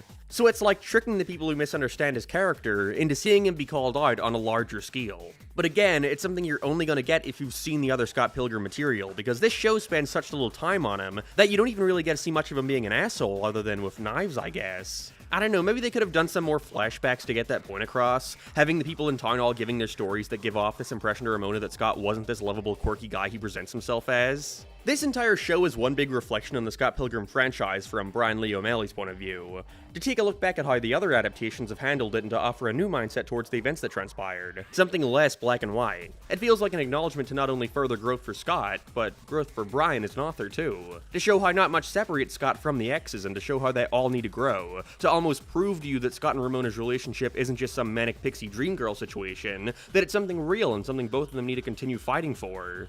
Yet saying all that, there were a few things that stuck out to me that I wasn't necessarily the biggest fan of, and stuff that muddies the overall picture and results in me, while appreciating the more nuanced approach they've taken, still thinking that at the end of the day, the movie's better. One big comparison between the two that I couldn't shake was that the movie, surprisingly, felt like it had way more heart.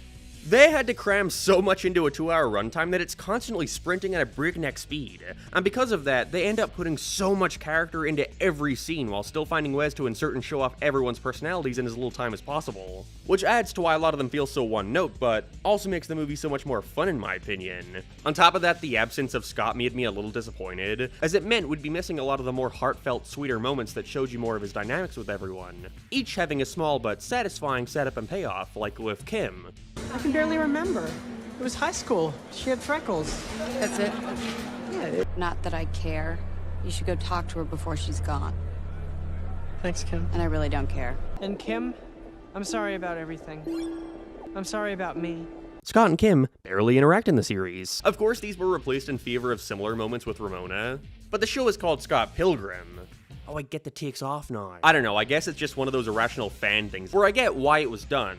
I get that the original still exists, but it's hard for me not to think that the movie has way more moments that are gonna stick out in my mind compared to the series. Sorry, I guess. You just headbutted my boyfriend so hard he burst.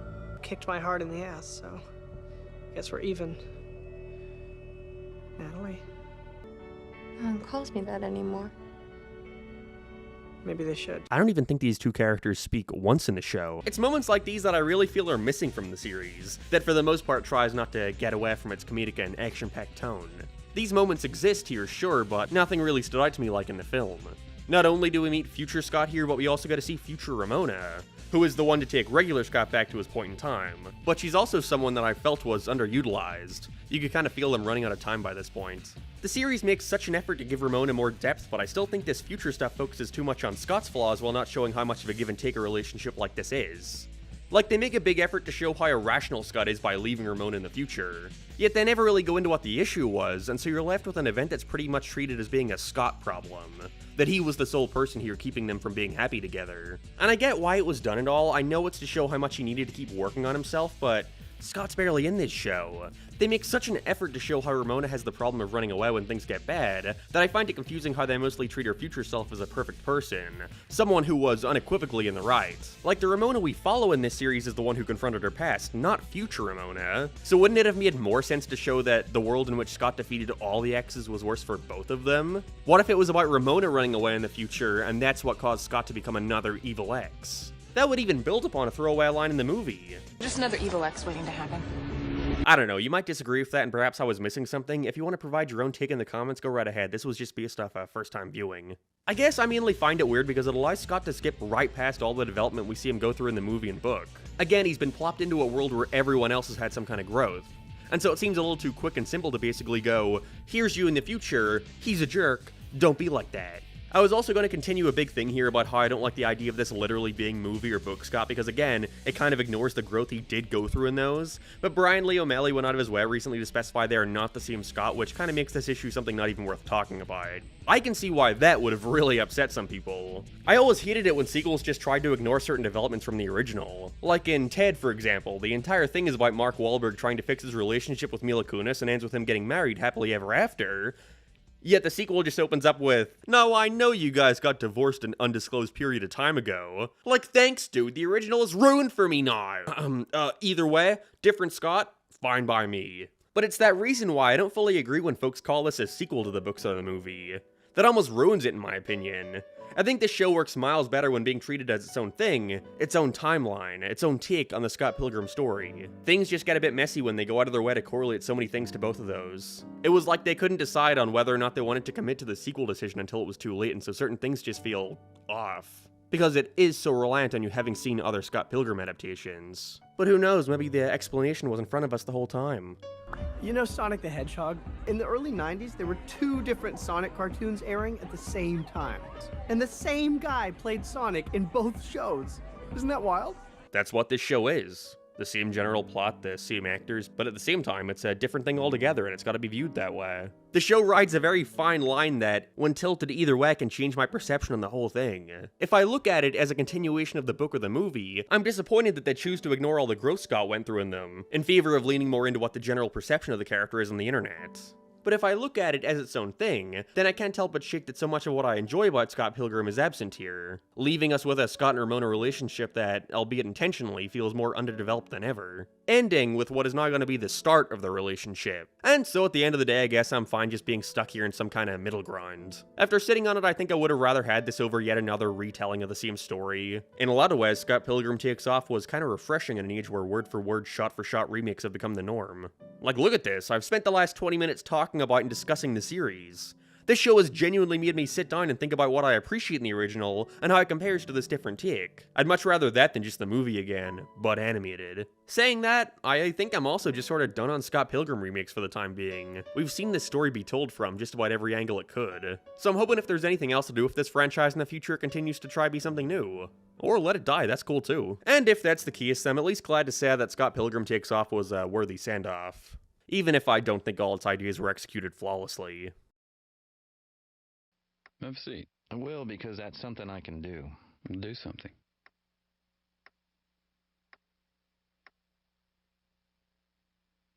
When talking about shows with a bad art style, a lot of people make the joke, how did this even get picked up? How did anyone think this looked good? I've probably said it before myself too, I forget what I said 10 seconds after it comes out of my mouth. No, really, it's a serious problem. But I think the only cartoon out there where I think that question 100% without a doubt applies to is the Adult Swim show 12 Ounce Mouse. Created by Matt Malaro for Cartoon Network's programming block, 12 Ounce Mouse started airing in 2005 and lasted for 2 seasons, with an extra webisode being released on the internet in 2007. It was received fairly mixed by critics, with some praising how experimental and unique it was, with the rest either being annoyed, confused, or a mix of both. Even now that polarization hasn't faded, I either see this cartoon being slammed online, like being put in a top 10 worst Cartoon Network show list at the #1 spot, while at the same time I'm seeing others discuss how it's the best Adult Swim has to offer. I had no idea this show was even a thing for the longest time. The first time I heard about it was actually from Mr. Enter. I'm ashamed to admit I was a big fan of him as a kid. Down with modern SpongeBob and up with My Little Pony. We lived by that motto. For real though, I did what most people do when they see 12 Ounce Mouse for the first time. Took one glance at the art style and said, yep, it's a pile of crap, no need to look any further than that, and went about my life. It was only recently when I discovered the cartoon had amassed a huge fan base, and was considered a cult classic, with essays written about how deep the show is, and that it's an art house masterpiece. Maybe it's a good thing this cartoon stayed a cult classic, because some of these fans really take the to be fair, you have to have a very high IQ shtick to a whole new level. So seeing all this got me curious. Is there actually more to this show than meets the eye? Let's find out. I just don't get it. Get what? This dumb frickin' mouse show, I don't get it. I mean, I get it, but I don't get it. You know what I mean? Not at all, but go ahead. Alright, so 12 Ounce Mouse is a show that stars Fitz. He appears to be your average anti-hero, common in these adult animated comedies. He gets drunk, kills people, but his main line of work is doing odd jobs for people given to him by Shark. Not a shark, just Shark. Along with them, we've got Fitz's friend Skillet, rectangular businessman, I have to say man, people are gonna get annoyed if I said min, Liquor, stoned peanut cop, among many other side characters who show up throughout the series. So naturally I assumed the show would just take the same basic approach for each episode. Have Fitz, Skillet, and whoever else be sent out in a job where everything goes awry, and hijinks ensue due to the incompetence of our main cast. And I mean, I guess that happens? The first episode is so bizarre, nothing actually happens, it's just a string of events that are just barely connected. Like, it starts with Fitz being given a job to take a rectangular businessman to a meeting. Instead, he takes him to a shoot. After this, he blows up the building and uses his ship to rob a bank, then goes to a bar. Let me get 12 beers. What do you... Then the police comes, he gets hit by a car and tries to shoot the shark, but the shark is bulletproof, and then the episode just kind of... It just kind of ends there. The first scene perfectly sets the tone for the rest of the series. Do something. I am. I did. What did you do? Done. Just really awkward, deadpan, almost improvisational humor. Like how would you feel if I talked like this in every video? Yeah, it wouldn't be very entertaining, would it? At first I was ready to call it quits right there and make a video just saying this cartoon sucks. Awful art, awful plot, awful characters. I mean, it was still pretty funny though. I'm just... Oh my god! It's cool, everybody. I'm just drunk. But something caught me off guard when I watched the second episode. It just kept going. Like, it immediately picked up from where the last one left off. And this is where the series became really interesting to me. What could there possibly be in this that warrants it basically being one long continuous story? So I kept watching. And with each episode, more questions were raised about the characters and the world they inhabit. With Fitz seeing suppressed memories of his lost wife and child, and suddenly the series slowly shifts into being about him trying to find the answers to his past, and potentially what forces are manipulating his world. And it's weird because I kept expecting this massive tonal shift to happen, where suddenly things became super serious and deep, and we learned that the first couple episodes were just a bait and switch. Sort of like BoJack Horseman presenting itself as this generic sitcom, only to slowly turn into a drama that focused on a realistic take of depression and addiction. But that's the thing. The change never really happened. 12 Ounce Mouse subverted my expectations, and then subverted them again, by keeping up this act of being a silly, lowbrow cartoon for stoners. Like, I knew there was something deeper going on, but the show kept trying to make me ignore it. Now, this aspect of the show I really enjoyed. While nowadays there are tons of cartoons that completely rely on the premise that there's more going on while casually spoon-feeding the audience bits and pieces of information, just enough so they can make a couple thousand fan theories on YouTube, this was pretty unheard of for an animated show in 2005. Matt Milaro was inspired by David Lynch films, and wanted to achieve the surrealist tone and atmosphere, although he didn't plan on having any kind of continuity at first. But after starting work on the second episode, he planned out and mapped out characters, and an ending for the series. However, the actual ending wasn't the same as what he originally envisioned. And it's great that Adult Swim was willing to support such a strange concept like this. They've always been more experimental considering they're not their own channel, just being lumped onto Cartoon Network after most kids are asleep. There's less risk involved, meaning they're able to take a lot more chances in what they are, leading to much more weird and less marketable programming. Which is how we've gotten stuff like Aqua Teen Hunger Force, Rick and Morty, and of course 12 Ounce Mouse. And oh boy does this show look weird and unmarketable. I think I should talk about probably the most divisive aspect of this series. The art. I don't even want to really call it animation. During his pitch, Matt jokingly stated, production costs would total $5 and some of the people sitting in the copier. I don't think he was joking. This show has the style of being drawn by a 3-year-old, and call me crazy but it kind of works in its favor. Again, the humor is very deadpan. I want to say maybe 40% of every episode is just awkward silence. So pairing that with these crudely drawn designs sort of works really well. It just wouldn't make sense for the show to be animated really well with intricate backgrounds and designs. And a lot of it reminds me of early YouTube and Newgrounds animation. Like, it reminds me a ton of something like Salad Fingers, except it was broadcasted on television. Saying that though, I can't really blame people at all for not wanting to watch the show because of it. It's really unappealing and not in a charming way like South Park.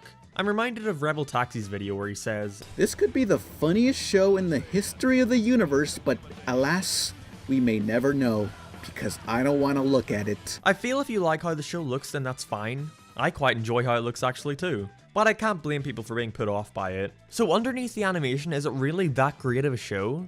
Well, over time, especially in the second season, It places a much larger focus on Fitz and gang trying to find out the answers to their world, until the finale gives us the big reveal that the show was taking place within a simulation being controlled by Shark and Rectangular Guy. So what's the matter? I mean, that's it? All this build-up for that?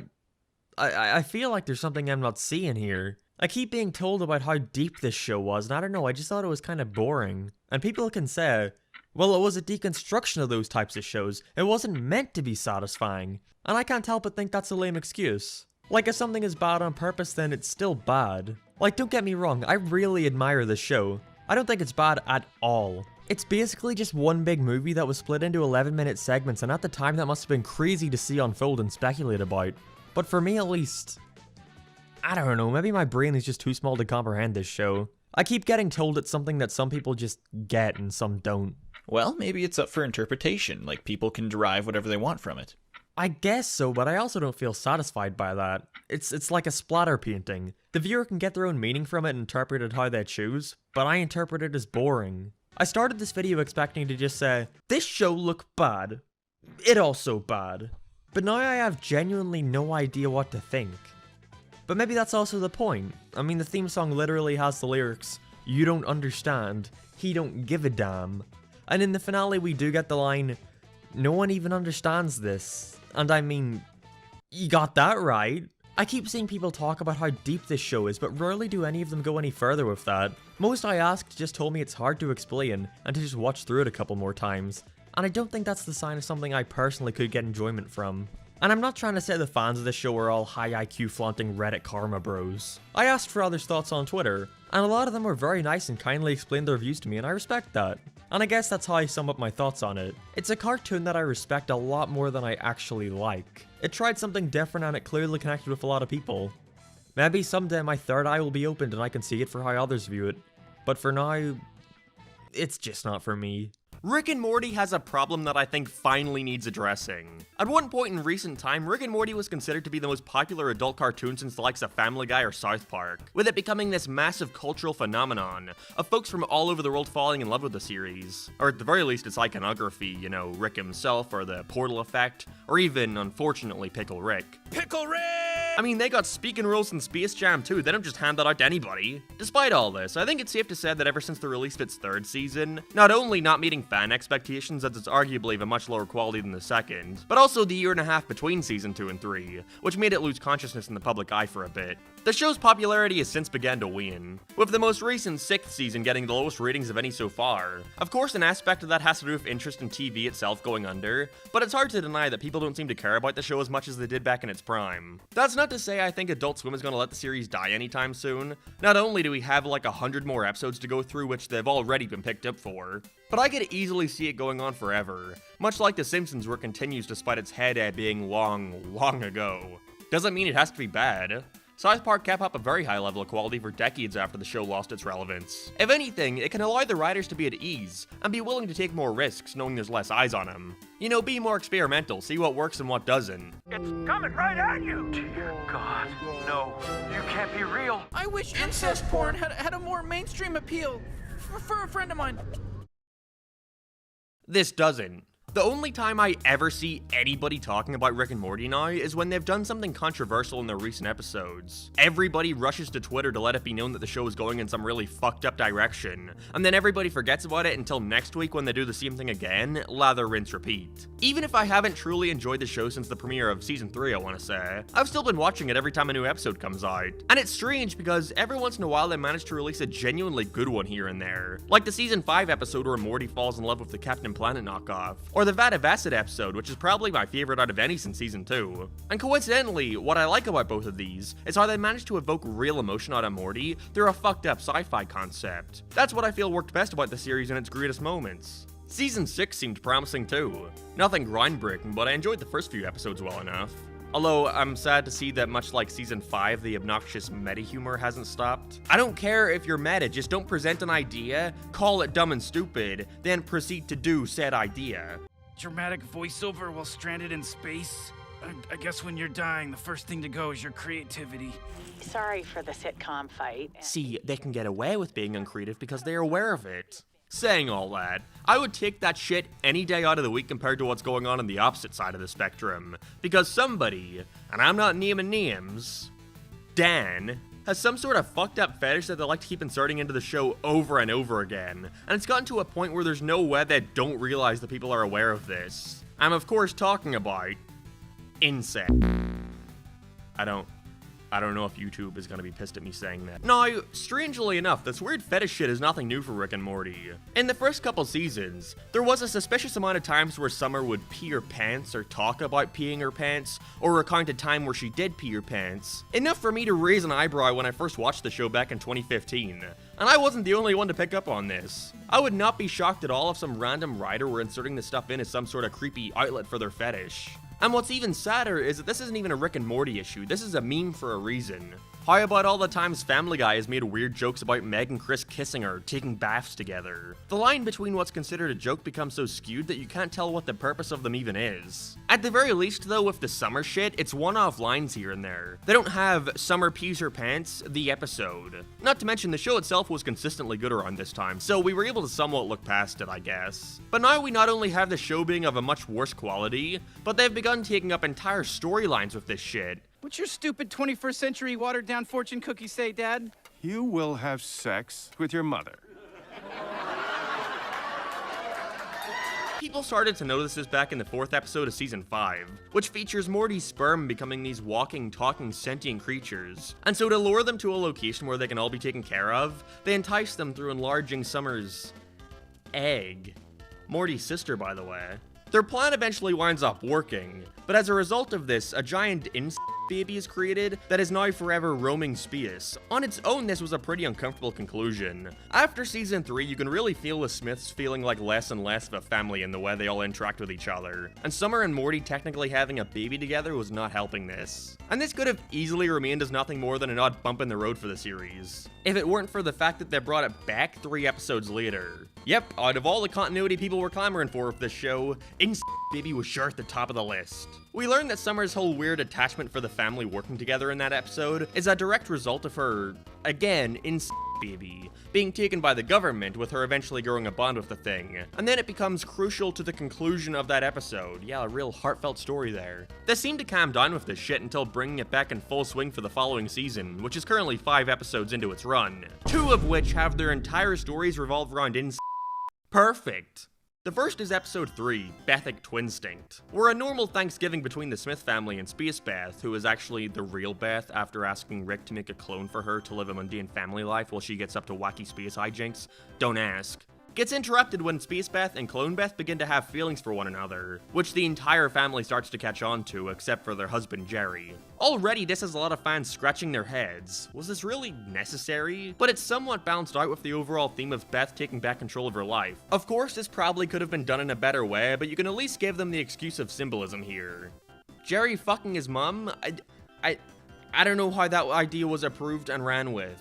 The 5th episode of season 6 is so strange because somehow I actually don't hate it. Yeah, the Jerry fucking his mum episode. This is mostly because once the plot actually kicks off, it turns into this really fun and creative Rick and Jerry adventure, where they try to obtain the power behind fortune cookies. With a lot of incredibly good action scenes where Rick and the enemies are both using their fortunes to help in combat, like video game power-ups. It's just that it's so hard not to look past the crux of all this, where the characters keep talking about Jerry's fortune.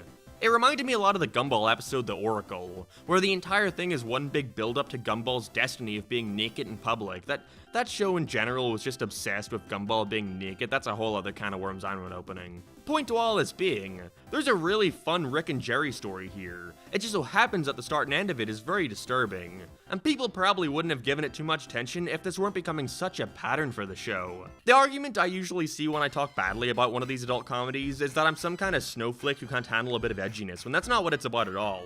I don't think most people criticizing the show for this are offended by this stuff. More that they're, again, noticing a pattern and wondering if it's intentional or not. I mean, isn't the whole point of doing edgy, shocking humor that it's doing something the audience wouldn't expect? But it's not unexpected anymore. If anything, it's very, very expected.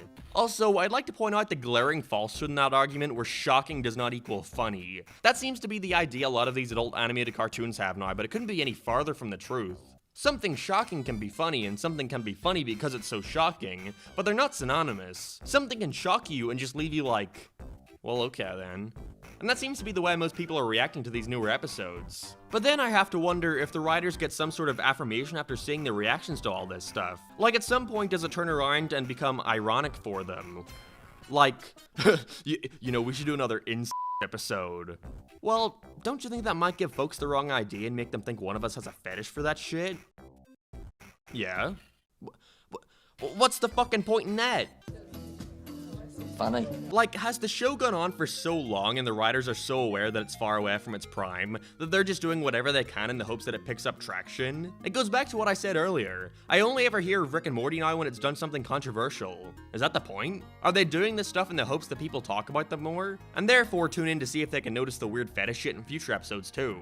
But if that's even the case, who is any of this for? When does the joke stop? The only people who can laugh at the fact that the viewers think they have an fetish are the Rick and Morty writers. And at that point, what are they getting out of it? Attention? I guess at the end of the day, we'll never know. I'm willing to give the series the benefit of the doubt, but with how much of a trend this seems to be in animation, like that one baby Total Drama Island spin-off show and the creepy fairy thing, or the Powerpuff Girls reboot supposedly having that one self-insert from the writer who would not only write a character into the show which not only looks scarily like him, not only is voiced by him, but Blossom is also in love with him and they animate multiple scenes of them being together.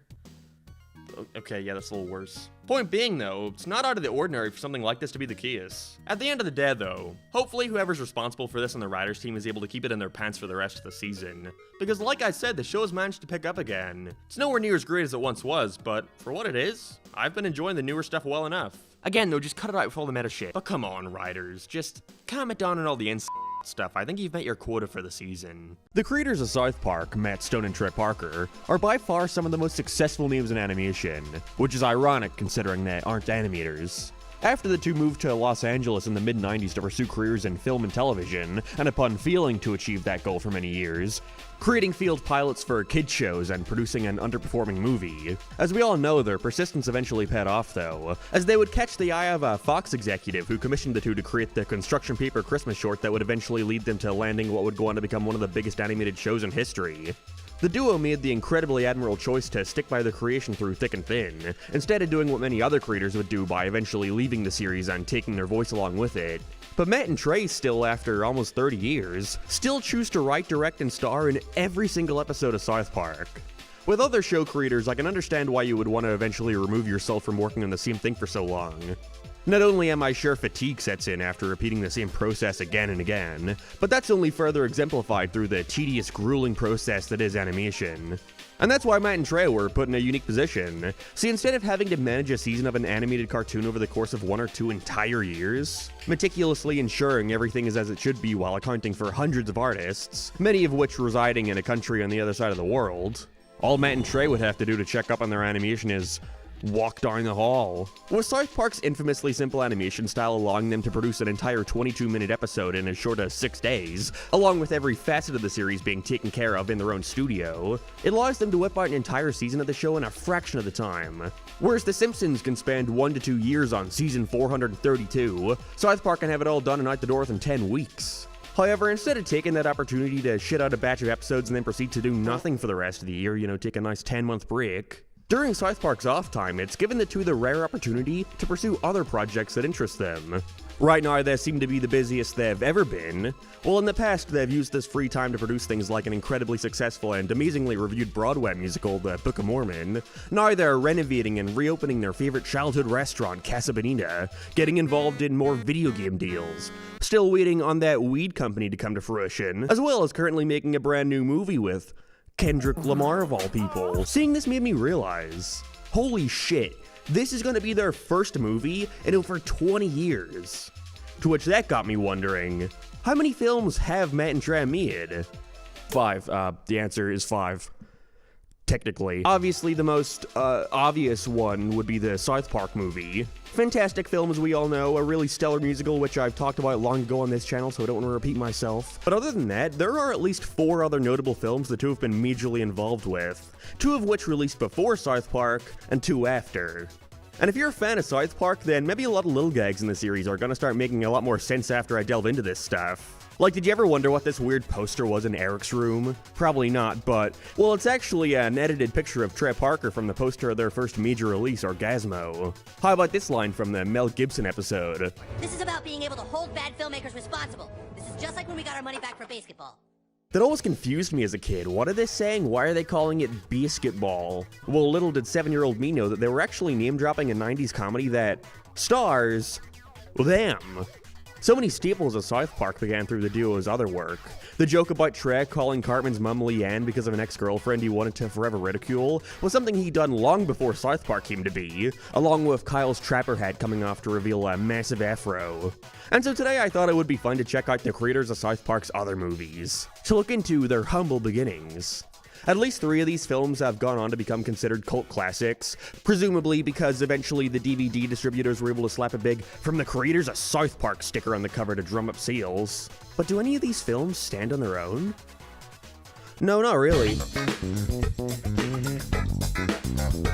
The very first feature-length film Trey Parker ever directed was Alfred Packer the Musical, swiftly changed to Cannibal the Musical, as I'm sure the distributor was terrified that people would not know who the fuck Alfred Packer was. Now, if you were unaware, like me, he was an American prospector who in 1873 was tasked with guiding a group of men from Utah to Colorado, yet upon returning to civilization appeared to have been the sole survivor after the other 5 men abandoned him in the snowy mountains. After a while, though, folks began realizing his tellings of the events became more and more inconsistent. He didn't seem like a man who was on the brink of starvation. And that's when he was accused of cannibalism, eating them. That's what cannibalism means. It's pretty commonly believed he did do it, even though as far as I'm aware he went on to live a pretty fruitful life. But at the very least, it's also believed he did it out of necessity instead of just a lust for blood or something. But Trey Parker, someone who was enthralled by the admittedly interesting story, decided he would make a fake trailer for a musical all about this exposition while in film class, simply shooting it with his friends. After finishing the trailer and drumming up a lot of attention after sharing it around, he managed to raise a whopping $125,000 to shoot an entire film based around it. And with that, they started production, with it later being picked up by a VHS and DVD distributor in 1996, who barely released it outside of Colorado because, well, again, who the fuck is Alfred Packer? Did you know? I didn't know. That was until one fateful day in August of 1997, where this small, little-known show called South Park premiered, in which its immense success and popularity led to the distributor deciding to release it on a much wider scale. Again, most likely so they could stick a massive South Park logo on the cover. Since then, it's got a couple re-releases, once in 2008, once on the PSP for some reason. And boy, I really do wonder how some random South Park fan picking this up after recognizing the name without knowing anything about it would feel after watching it, because this shit's rough. Cannibal works as a fun and charming piece of the duo's history and one of the rare times you actually get to see them doing some on-screen acting. And while there's a lot of elements here that you could tell would go on to be reused for the cartoon, on its own it's not really worth looking at. It's very amateur. You're doomed. You're all doomed. Cannibal follows a setup fairly similar to what happened in real life. However, as it goes on, it starts to get more and more fabricated for the sake of having a main character you actually like and feel bad for.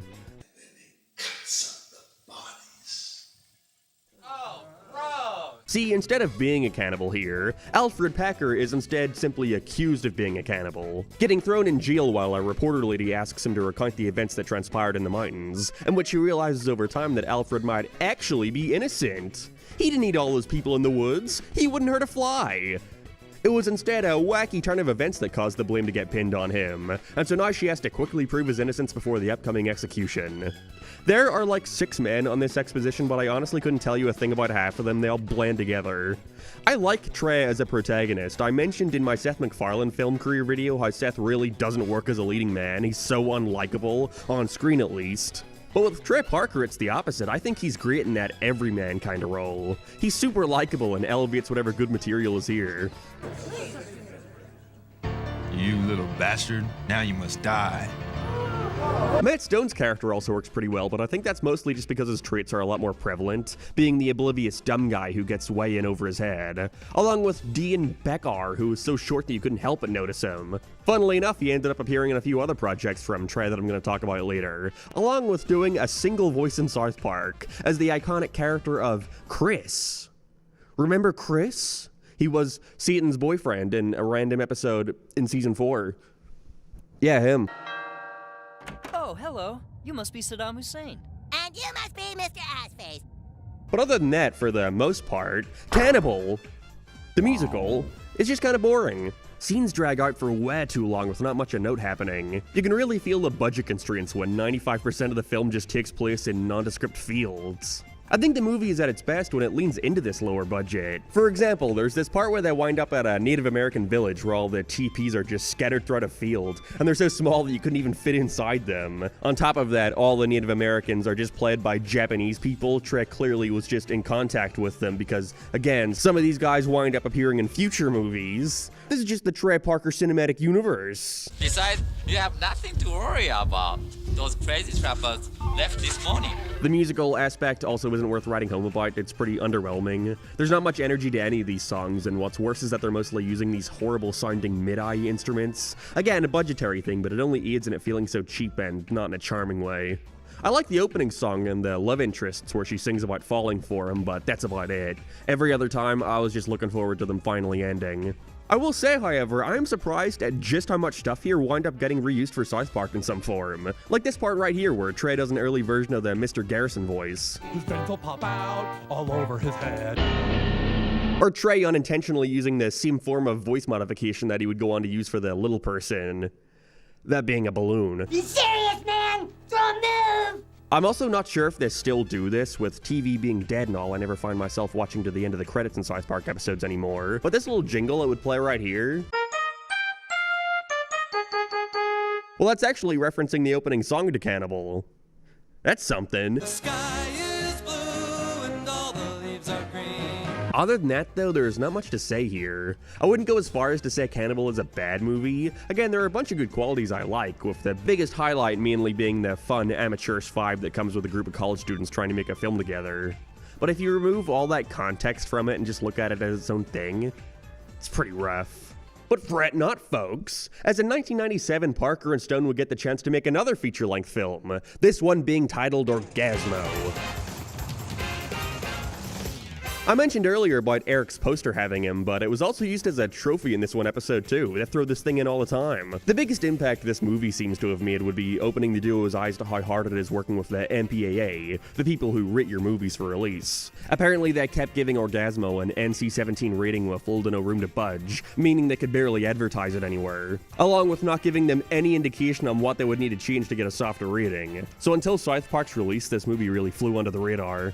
And all of that is insane because, especially by today's standards, Orgasmo is the teamest shit I've ever seen in my life. At least for a movie advertised like this. Orgasmo continues Matt and Trey's obsession with Mormons as we meet Joseph Young, who has been assigned his mission in Los Angeles to spread the word of the Book of Mormon.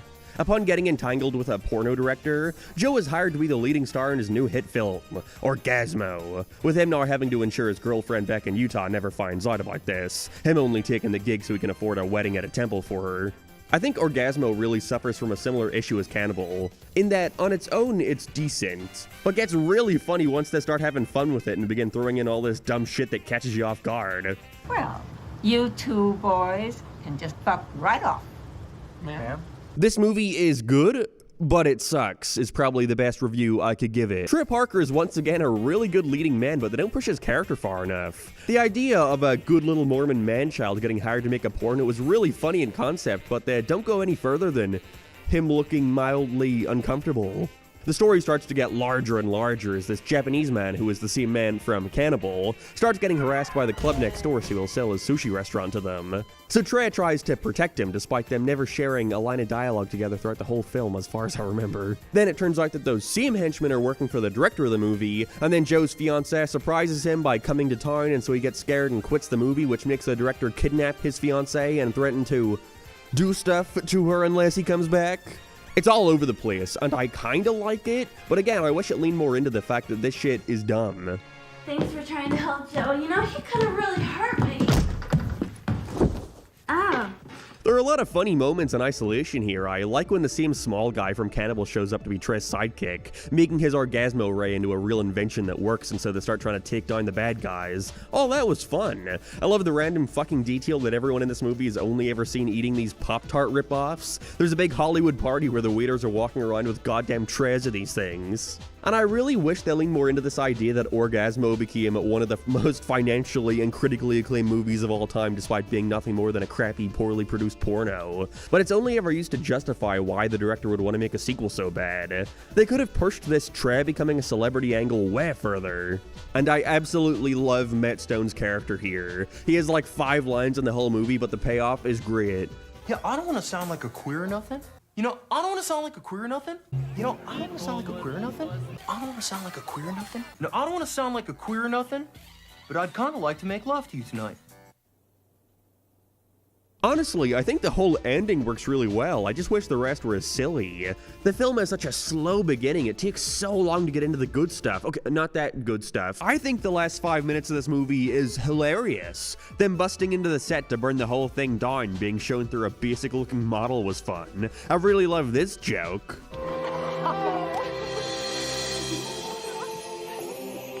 And I was pretty stone-faced through a majority of this thing, but nothing caught me off guard more than this cliffhanger ending. We're gonna have to amputate your pee-pee. But basically every clip I've shown you, that's like 95% of the highlights. The rest are just overly long scenes that drag on forever.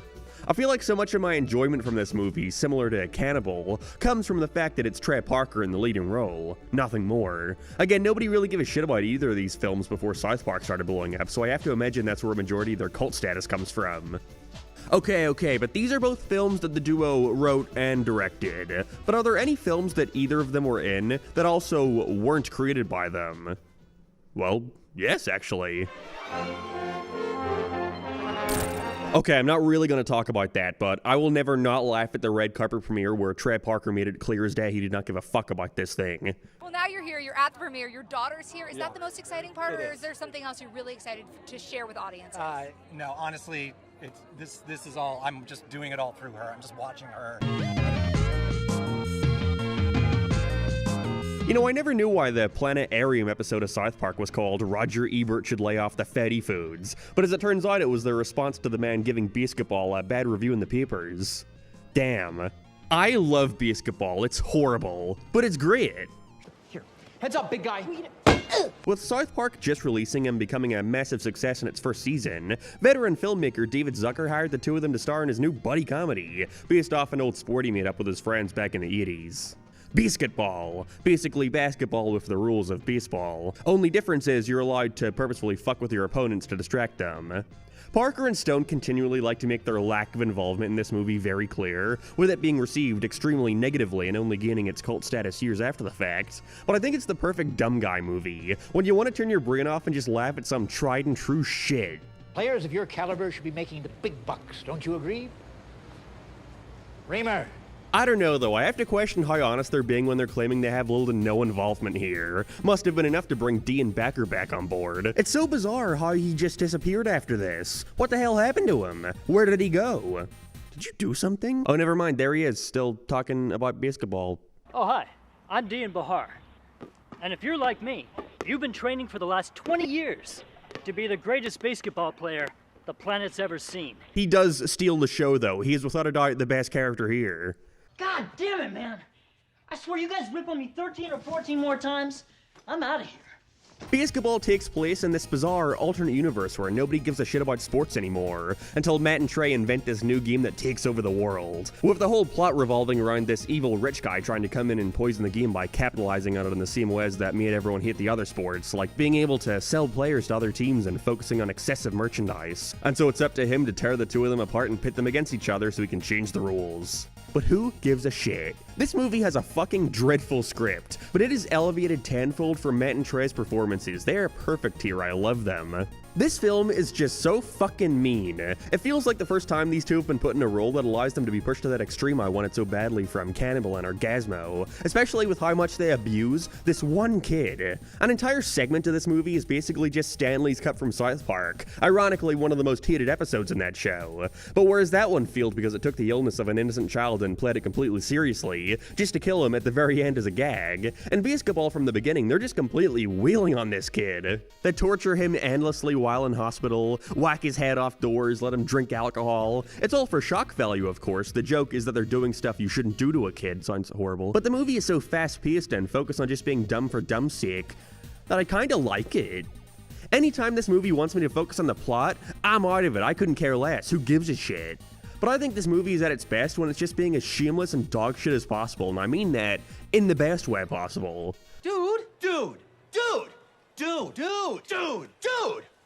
Dude. Like, okay, example. Dick jokes are a dime a dozen in these types of movies, right? I feel like most times they do a joke about a guy's dick, it's always about how small it is. I know Family Guy does that a lot. You know, the joke is that Peter Griffin has a small dick, and of course we all laugh. But in basketball, they pick the most hilariously lame gag of showing Matt and Trez's dicks as being enormous. So big they drag on the fucking floor. There is just something about making a joke about how giant your star's dicks are that I can't help but find it funny. It's so arrogant.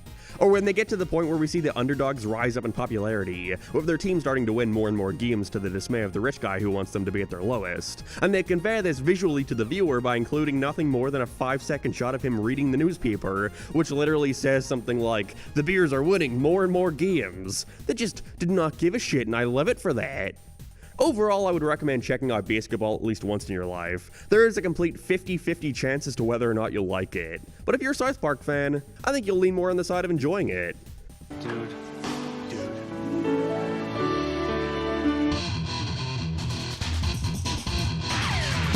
And all that leads us to, as of now, Matt and Trez's most recent film, and by far their most well-known aside from South Park, and that's Team America: World Police.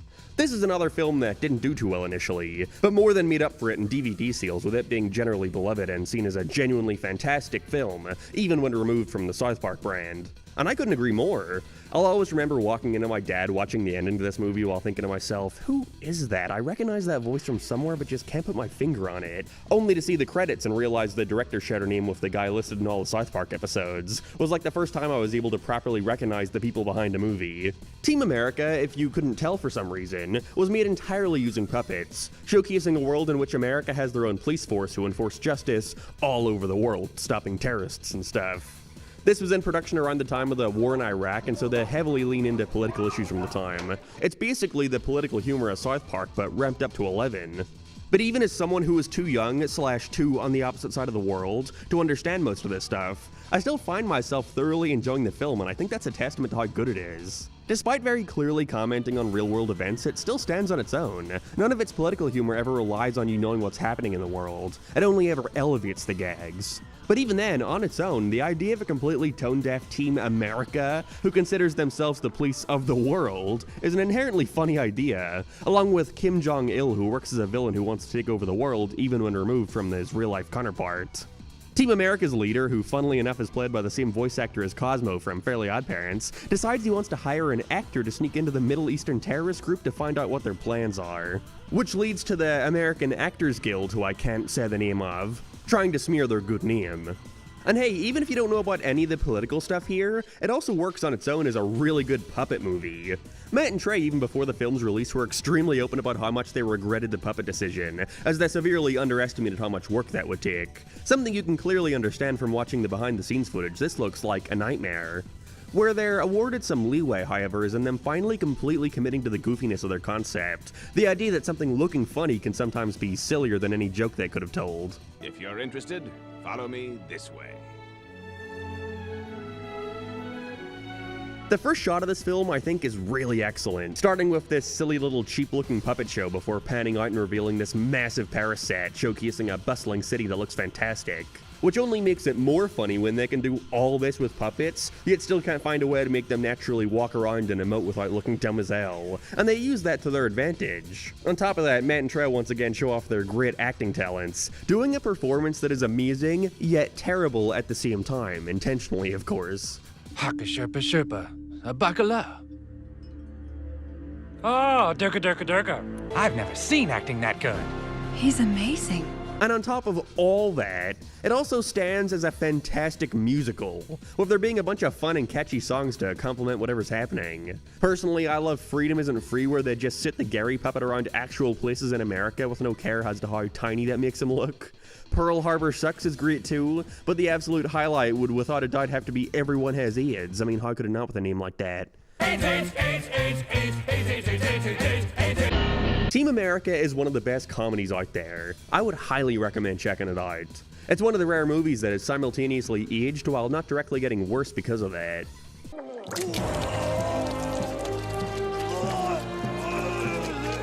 I really think this has been a pretty inspiring experience. So many people put so much focus on their first projects being good that, as a result, it can lead to them putting out nothing out of fear of rejection or it being bad. I can almost appreciate many of Matt and Trez films not being the most amazing things out there. It goes to show their humble beginnings. How talent isn't something you're born with, and instead these are skills that you have to hone and actively improve upon. But that only came from the sheer level of passion that came from the two, to continue fighting for their projects no matter how much things were stacked against them. You know, Team America, the South Park movie, whatever they make, was only possible because of Cannibal, and so that at the very least I can appreciate. It's humbling to sometimes remember that for a period of time, two of the richest and most successful men in television and film today spent their nights sleeping on a stack of dirty laundry until their hard work paid off, and their abilities were finally recognized by folks around the world. So keep making South Park and the millions that come with it until the end of time, Matt and Trey. You've earned it.